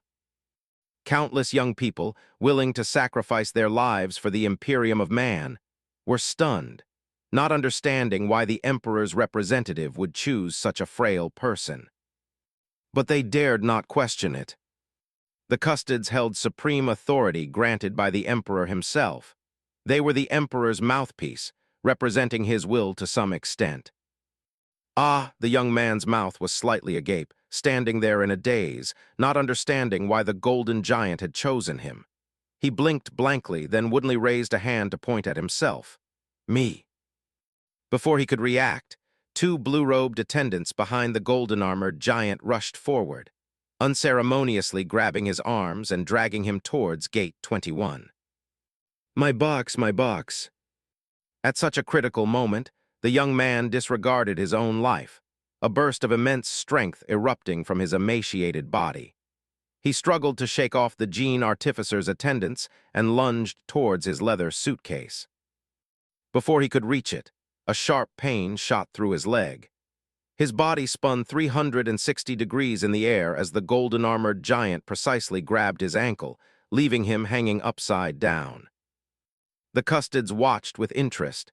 The slender junior was like a scrawny monkey caught in his hand. My box. Once he realized what was happening, the young man showed no fear, a fierce expression on his face. He kicked back at the Custode's gauntlet with his foot, completely ignoring the blood being rubbed from his ankle. Crack, a crisp sound of bone breaking echoed. His desperate struggle resulted in his fragile calf fracturing on the spot, yet the young man, utterly fearless, continued to attack the Custodes. The young man braced his other foot against the Custode's arm, biting his lip to suppress a cry of pain, trying to tear off his captured calf. HMPH. A suppressed groan of pain was clearly audible in the silent square. On the city wall, the Thunder Warriors and Astartes who witnessed everything secretly admired him. A mortal, even resorting to self-mutilation, dared to resist those arrogant golden-armored warriors. This tragic act earned their respect. The kneeling crowd was all sweating profusely. The sunlight, obscured by the dust clouds, seemed to pierce through the clouds, fiercely burning their will. Resisting the Custodes, that was resisting the Emperor's will. Just as the Wanderer was about to tear his muscle, the Custodes finally let go. The Wanderer, dragging his injury, crawled to the corner and hugged the small leather box to his chest. "Remarkable courage," the Custodes spoke again, showing no anger at being defied, but rather praising the Wanderer loudly. The young man slung the box around his neck, then raised a hand to stop the blue-robed men who came to help him, stubbornly raising his head and saying word by word, "I'll walk myself." With that, he leaned against the wall, struggled to his feet, and limped towards Gate 21. The high-speed elevator descended, revealing the bustling external scenery through its open grills. Factories spewed thick smoke, and the hollowed-out Himalayas were undergoing massive construction. "This is my lord's palace," the golden-armored warrior said leisurely, initiating conversation, his tone filled with pride. "Once completed, the magnificent palace will be the tallest building on this planet." The young man remained silent, holding his beloved box, his gaze wandering as if not looking at the scenery, lost in thought. The genetic engineer subtly wiped the fine sweat from his forehead, the corner of his mouth twitching slightly beneath his hood, yet he dared not utter a sound. It was fortunate that this particular Custodes had a good temper. Any other would have already taught this ignorant wanderer what it felt like to be punched a dozen times in a second. "What's that?" The Custodes, not annoyed, pointed at the small box in the young man's arms and asked again. The young man still said nothing, instinctively clutching the leather box tighter to his chest, his body stiff and visibly tense. The Custodes didn't dwell on it, nor would he inspect it. Anyone appearing in the conscription square must have passed security screening. There would be no unexpected incidents. He certainly didn't think that a young man with a broken leg, sallow complexion, and emaciated frame could cause any trouble in front of the Emperor's personal guard. "What's your name?" the golden-armored warrior asked again. This time the young man reacted. His black eyes carefully scrutinized the Custodes from head to toe. After a moment of contemplation, he still shook his head. "What a pity," the Custodes shook his head helplessly. "I find you very interesting, a remarkably stubborn person. Your name is worthy of being etched inside my armor." But he saw a hint of disdain in the young man's eyes, though it was deep and undeniably real. His fingers twitched slightly, and the Custodes re-examined the young man, hoping to discover something more, but ultimately found nothing. The elevator began to decelerate, indicating they were nearing their destination. The young man's face was calm, showing neither fear nor anticipation. His voice, hoarse from hunger and weakness, asked the gene artificer, "Will I die?" "Yes," the gene artificer answered rationally and without hesitation. Then, remembering the Emperor was present, he immediately added, "Or perhaps not." When the laboratory doors opened, the young man refused assistance, still walking forward stubbornly, drenched in sweat. Cold sweat streamed down, and he gritted his teeth. The Custodes watched, shaking his head, wondering where the young man's pride came from and why he was so stubbornly defiant. Plato Tilde, the call, filled with surprise, echoed from a radiant glow. It was vast as the sea, clear as a bell, yet with a slight linguistic pause, as if it hadn't spoken for a very long time. "You have brought me an extraordinary gift." Plato knelt on one knee, leaning on his spear. The Custodes hadn't heard the Emperor's true voice in a long time. Most often, his great, emotionless voice resonated directly in his mind. The young man also heard that voice. He looked up, and then he saw the most sacred radiance, the greatest leader, the most divine countenance. Everything was as he had seen in his dreams. So familiar, so intimate, so captivating. The young man's knees buckled uncontrollably, almost making him kneel on the spot to accept his teachings and become his servant. Unexpectedly, he did not kneel. The moment his knees bent, he forcibly took a step forward with his broken leg. The sharp pain from his bone marrow awakened him. Hypocritical illusion! The young man still looked up directly at the sacred radiance. Blood streamed from the corner of his mouth. He had bitten through the tip of his tongue. His hoarse voice trembled, letting out an unyielding roar. "Don't think you can deceive me. Don't think you can control me." His exhausted shout echoed in the laboratory. His lucidity surprised the custodes, and it surprised everyone. The Emperor's personal guard had seen many strong-willed individuals, all of whom had fallen prostrate in the Emperor's radiance. This young man truly resisted the radiance emanating from the Emperor with his will. "Junior," the Emperor called out the young man's name, a surname from the age of Terra, representing a truly ancient noble bloodline. "Who are you?" The moment Junior's name was called, an alarm blared in his mind. He wanted to turn and run, but found he couldn't move his body. He felt that everything about him was seen through. Every thought was perceived by the radiant figure, his past and future scrutinized. Junior felt, no, he was certain he was like a book, naked and defenseless, being read page by page. "You don't know me, and before this I didn't know you," the Emperor said from within the radiance. He rarely smiled. "But I know your genetic ancestor." Junior's eyes held only distrust. He wouldn't believe these lies. The golden figure said knows, not has seen. This implied that the golden, shimmering person before him had lived for at least 30,000 years. Humtilda the Emperor was uncharacteristically nostalgic, his true form armor gently tapping the ground. In the 7th century, he established a powerful, unified dynasty on this land. Tankin, I clearly remember that's what people called him then. All nations came to pay tribute. The 4 barbarians submitted. The Emperor uttered a phrase in an ancient pronunciation. Those present couldn't hear it, but the Emperor's power made them understand its meaning. The custodes Plato looked at the proudly standing Junior, a hint of understanding in his eyes, realizing where the slender young man's pride came from.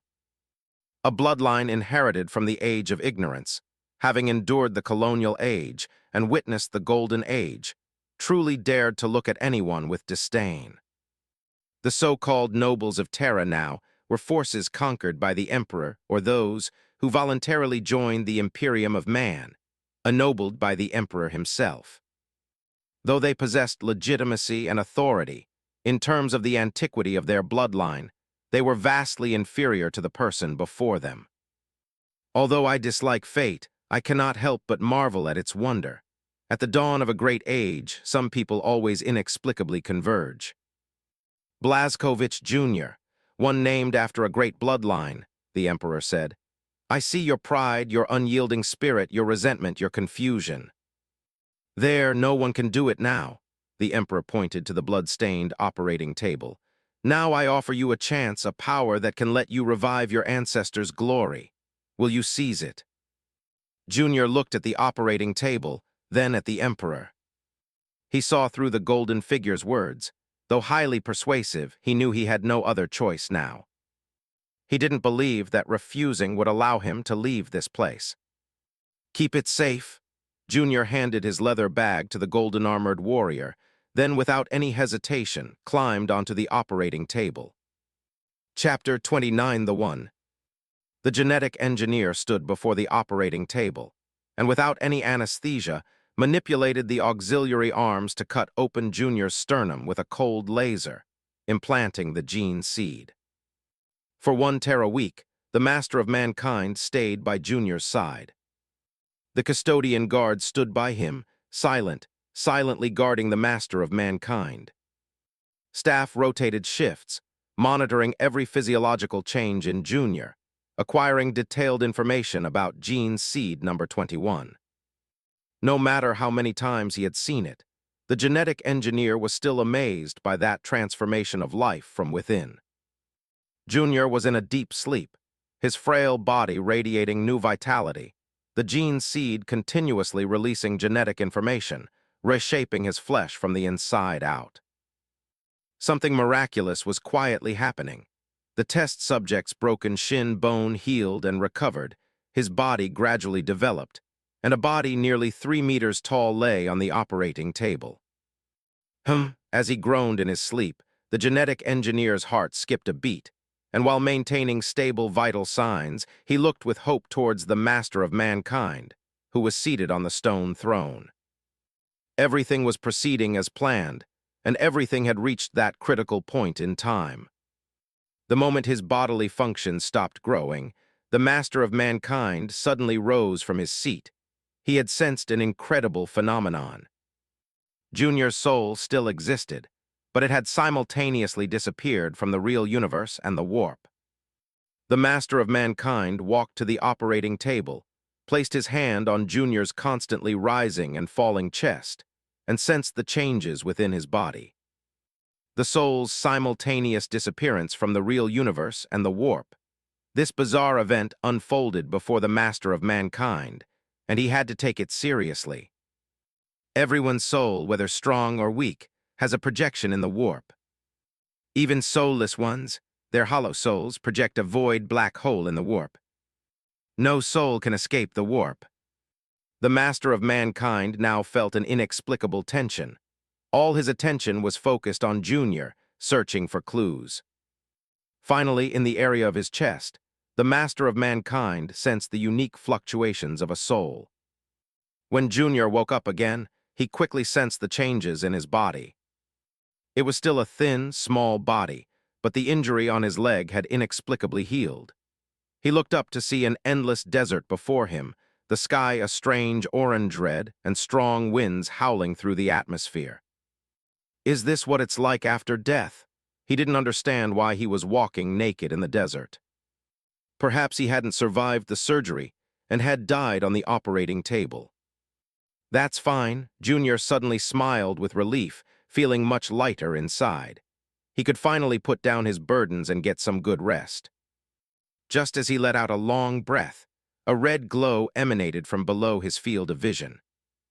Junior looked down and found that his soft, sunken chest had, at some point, been branded with a red runic mark, glowing faintly like a breath. Before he could understand why a runic mark appeared on his chest, a dense sensation came from under his feet. The blood-colored sand became moist, somewhat muddy and slippery. When he grabbed a handful and squeezed it hard, slick blood seeped out of the sand. Junior was startled, ignoring the mark on his chest. He stumbled back a few steps and quickly shook off the blood-soaked sand from his hand. The moment he looked up, the sight terrified him. The desert was, at some unknown point, filled with various terrifying monsters. Their appearances were horrifying, bizarre, as if they had walked out of a nightmare. They shared certain common features, proving they belonged to the same species. They had spiraling horns on their heads, and their feet were hooves similar to cloven-hoofed animals. Their bodies were strong, and as their pale muscles flexed and relaxed, violent power flowed within them. Their claws and teeth were hideous, black, and ancient. Their faces were terrifying and twisted, without noses or eyes, but with blood-red, sinful light emanating from their eye sockets, and a supernatural power circulated over their sinful bodies. Demons, the two words radiated primal evil, branded into Junior's mind. An endless army of demons let out hideous laughter, howling as a tide surged towards the tiny, fragile Junior.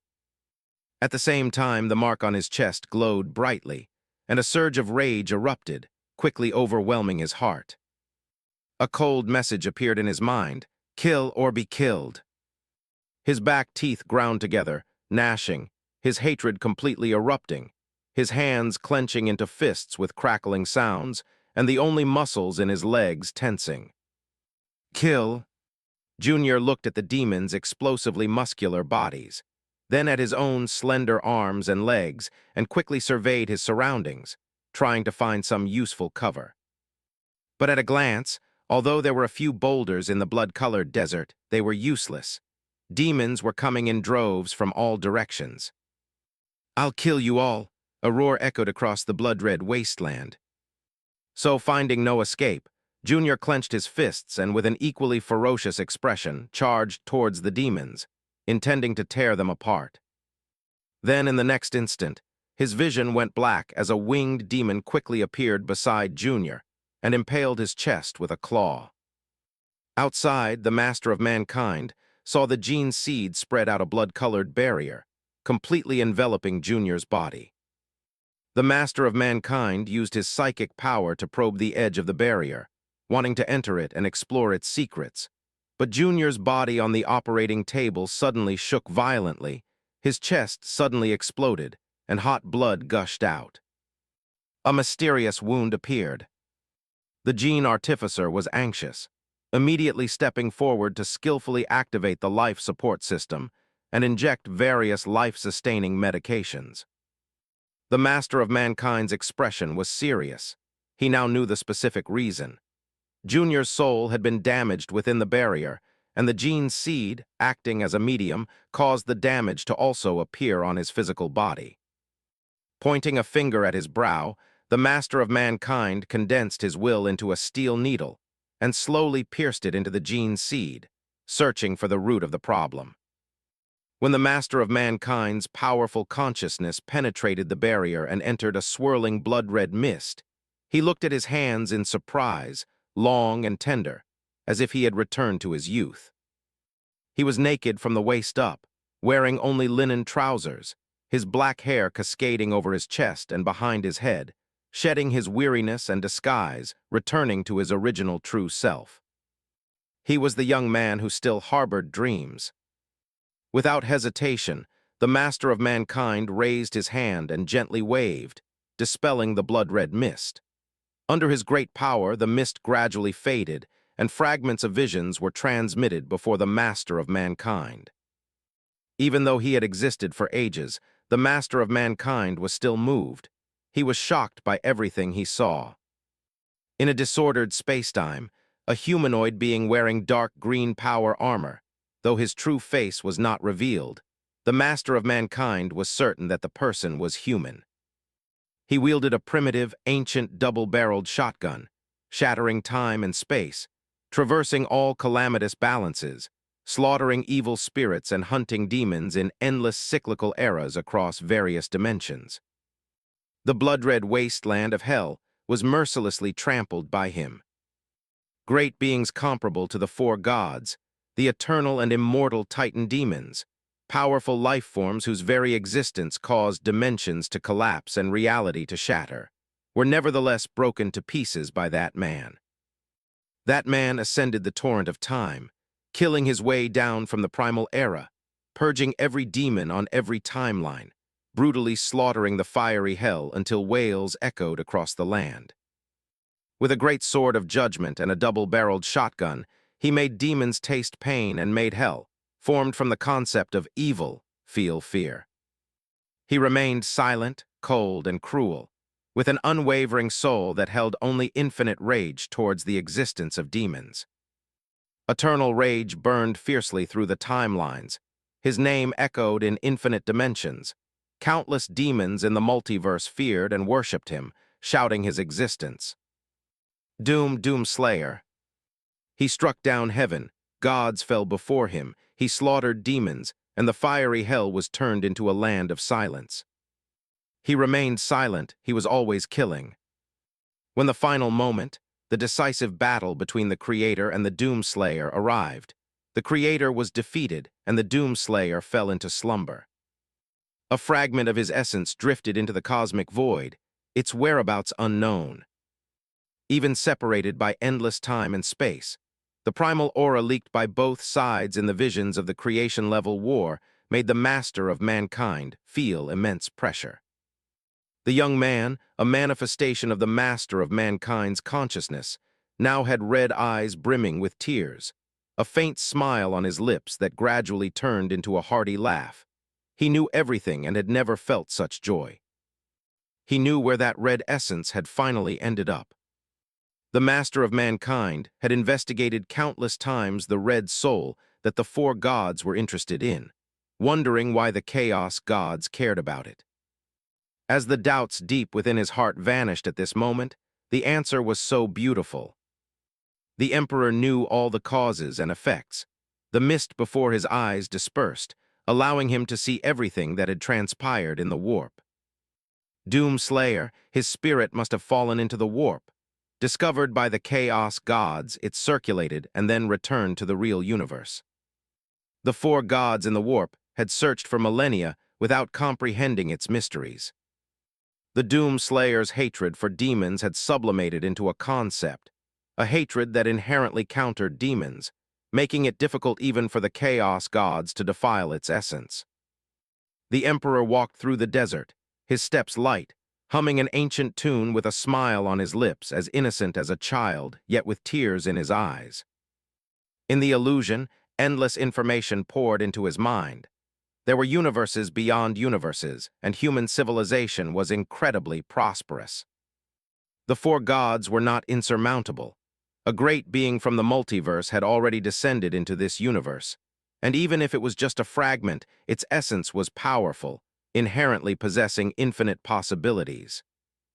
Walking along, the emperor was cautious, constantly reining in his power, fearing he might burst the trial barrier released by the gene seed. He observed demons he had never seen before. Though different from warp demons, they were even more dangerous. The demons chanted blasphemous languages, and meme infections continuously corroded the surrounding environment, eroding the souls of the test subjects.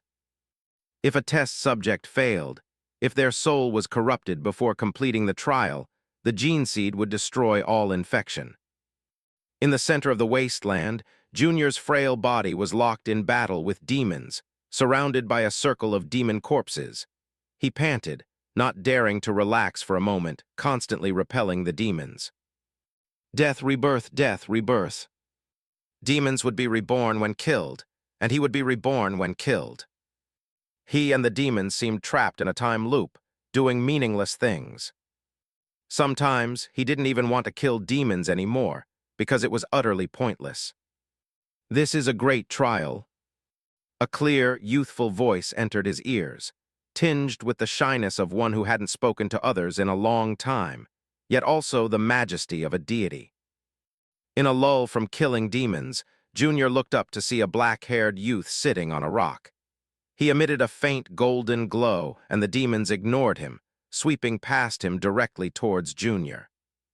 The golden radiance was familiar to him. It was the majestic golden figure from the laboratory. The black-haired youth had tears in his eyes, yet was exceedingly joyful. His gaze towards Junior was devoid of sorrow or joy, without any pity. Only by passing his trial can you gain recognition. That power that gallops across the universe, unstoppable. With that, he left, without leaving Junior any hint of how to obtain help. Gene Artificer. The Emperor's consciousness returned to reality. He saw the continuously twitching body on the operating table and said emotionlessly, "Disconnect the life support. It serves no purpose." The generous strong give everyone a chance. If one cannot even pass a simple trial, one is not worthy to receive that generosity. How many gene seeds were cultivated from Subject 21's genetic material? My lord. The artificer lowered his stance and reported truthfully, only 300. The Emperor was somewhat surprised. The genetic material of other Legion Primarchs produced several times more seeds. Gene Artificers, the Custodes will take over the work here.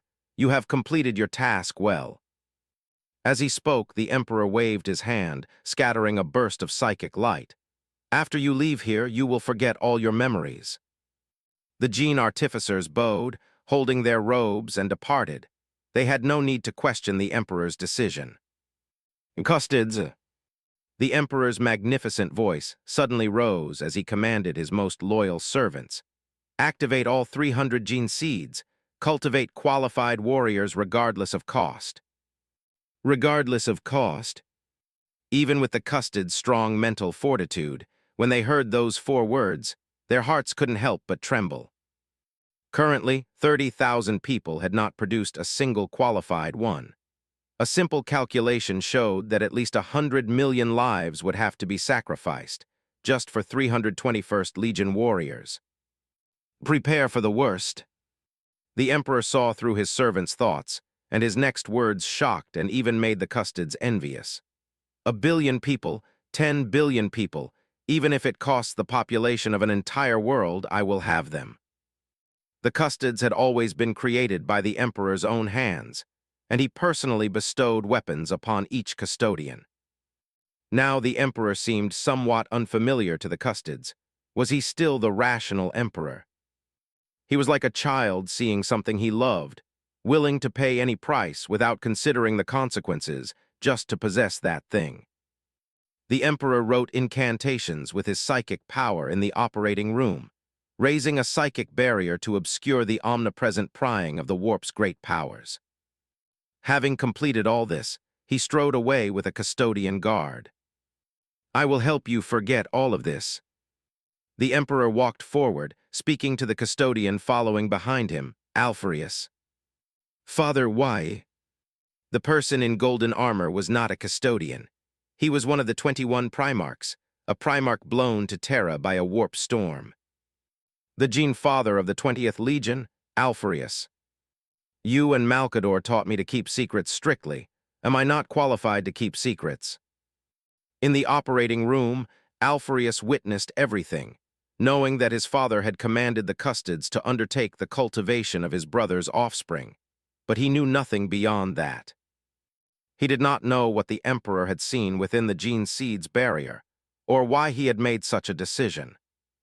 Now he was being asked to have his memories deleted for an unknown secret. Of course, the golden-armored Alpheus said hesitantly, if it is your command, or if I am not qualified to know now, you may proceed. The moment Alpheus' words fell, the emperor's palm pierced his brain, causing no harm, and extracted a segment of memory, crushing it into specks of starlight. Alpheus then he finally realized that his father was not consulting him, but rather giving an unrefusable notification. What did I forget? As the starlight before him dissipated, Alpheus knew that a segment of his memory had been deleted. A secret you do not need to keep.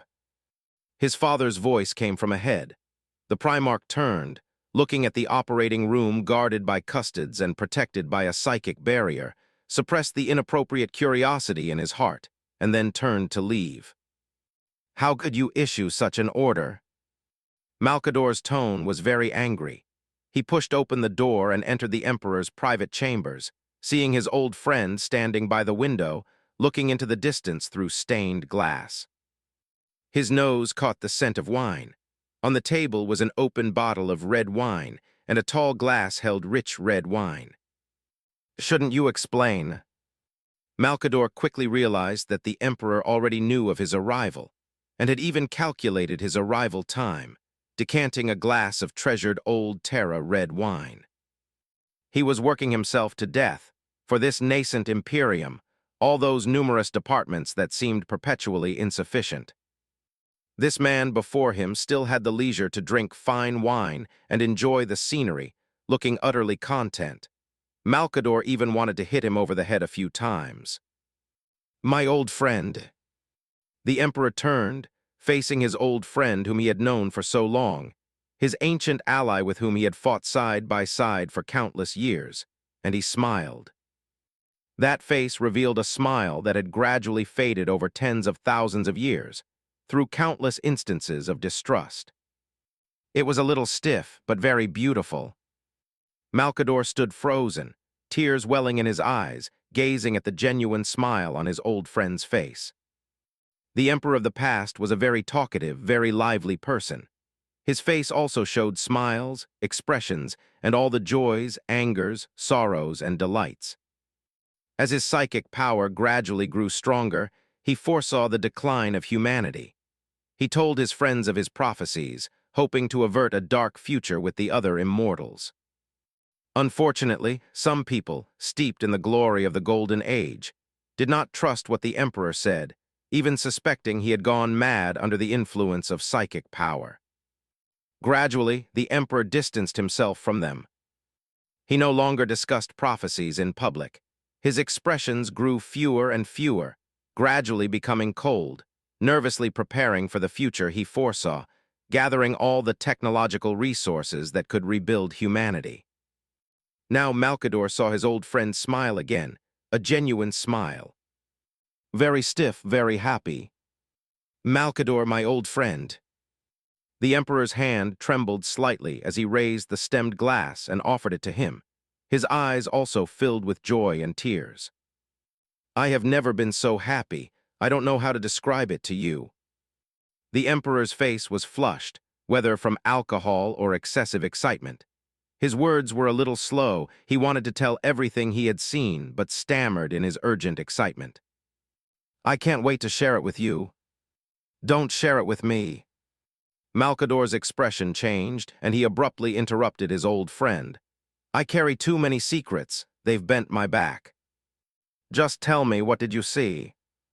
The Emperor lowered his head, gently rubbing the stemmed glass with his fingers, silent for a long time. When he looked up, his eyes were firm, his tone resonant, and he uttered two words that shocked Malkador. Hope. Snap, the stemmed glass shattered. The priceless Emperor's treasured wine spilled onto the floor. Malkador was truly stunned. In the dark universe surrounded by chaos gods, the word hope was the most ethereal and also the most precious. The Emperor embraced Malkador, and both their eyes were bloodshot. Though very small, frail now, hope has truly arrived. Endless, unkillable. Junior felt himself growing weary. His thin body, repeatedly throwing punches, began to strengthen, and the time it took for him to be instantly killed by demons became shorter and shorter. But the exhaustion didn't come from his body, but from his heart. 0, 1, 2, 3. Time here seemed to have no end. It was always a blood-red sky and a blood-red desert. Junior used relatively accurate second counting to gain a sense of reality. Every rebirth, every death. The demons' attacks came not only physically, but also from the corruption they emitted, the evil whispers that eroded the human heart. Not violent, not swift, not obvious, but ceaseless, omnipresent, relentlessly wearing down like dripping water on a stone. The physical demons were endless, wave after wave, tirelessly crashing against the defense Junior's hands and heart had jointly built. Junior was exceptionally tired, covered in wounds, blood flowing from him, some his own, some the demons'. His left hand was bitten off by a demon, revealing stark white bone, while his right hand gripped a demon horn as a weapon. His nerves were constantly taut, but there were always moments of relaxation. In an imperceptible gap, a demon like a mountain of flesh, grinning, used the cannons embedded in its arms to blast him into dust.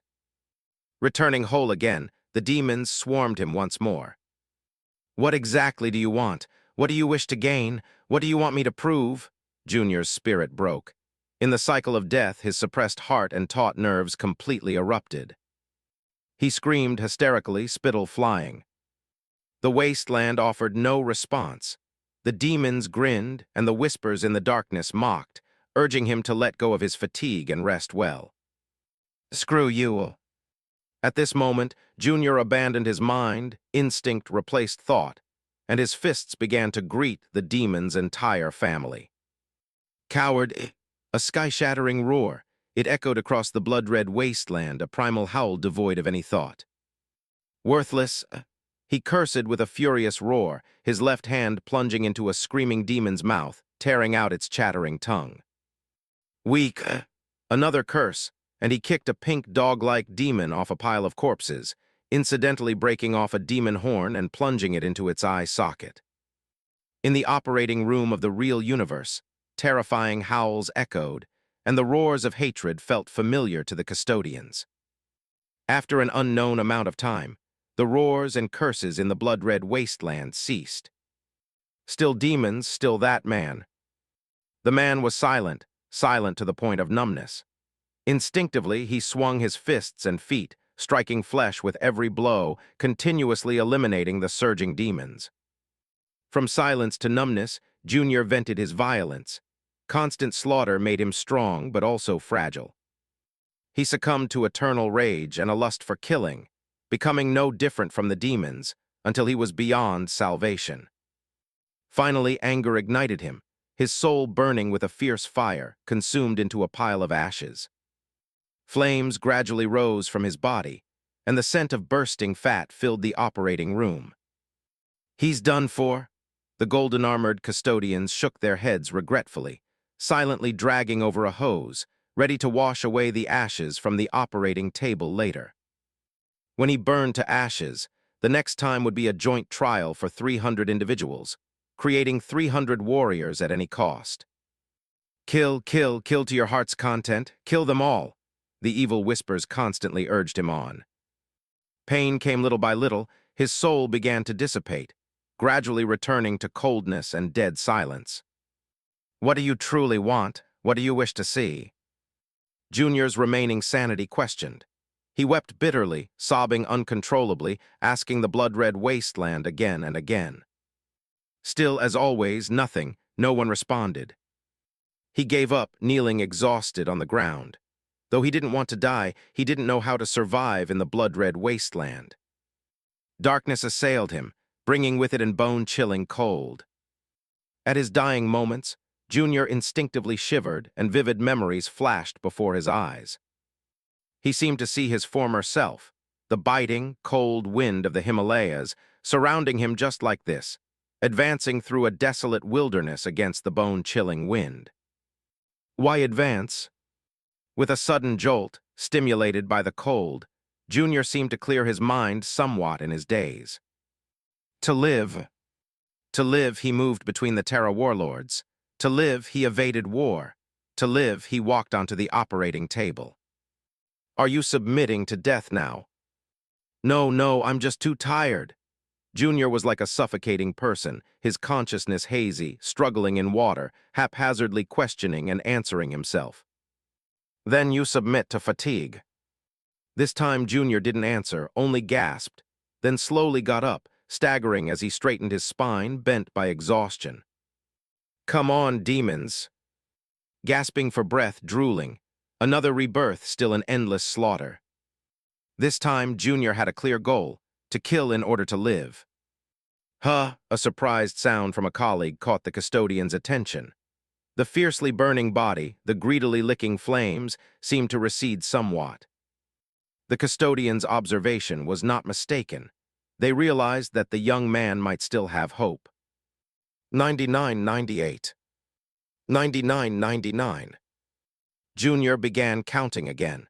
He clearly remembered how many times the number cycle had repeated.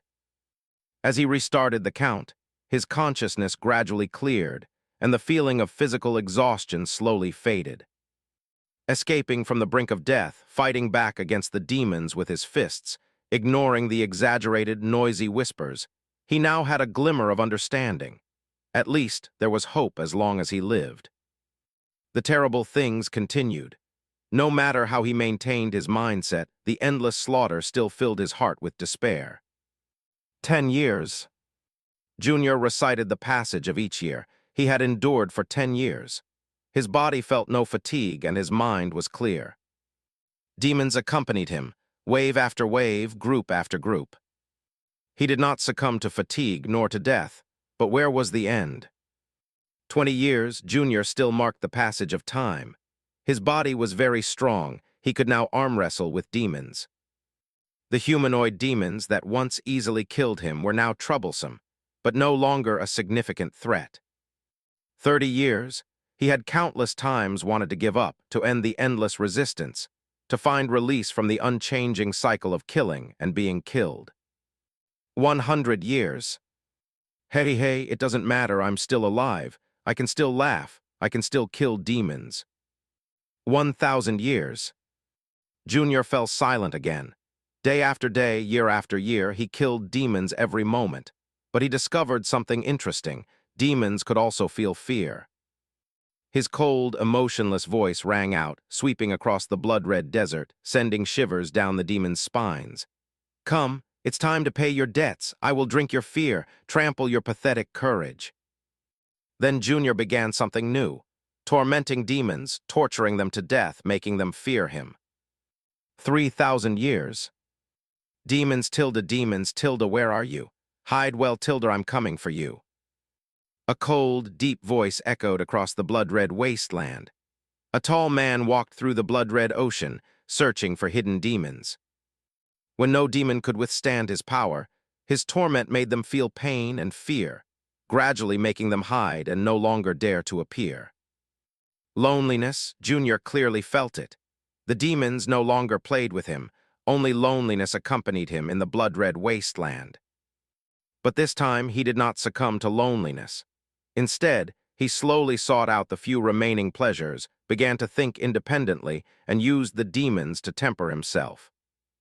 His martial arts gradually grew stronger, gradually returning to their essence, discerning the weaknesses of life, and helping the demons find release with absolute efficiency.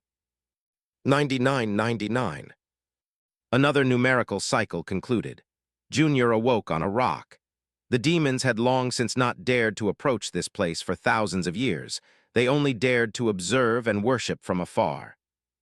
Actually, Junior quite liked playing with demons. They feared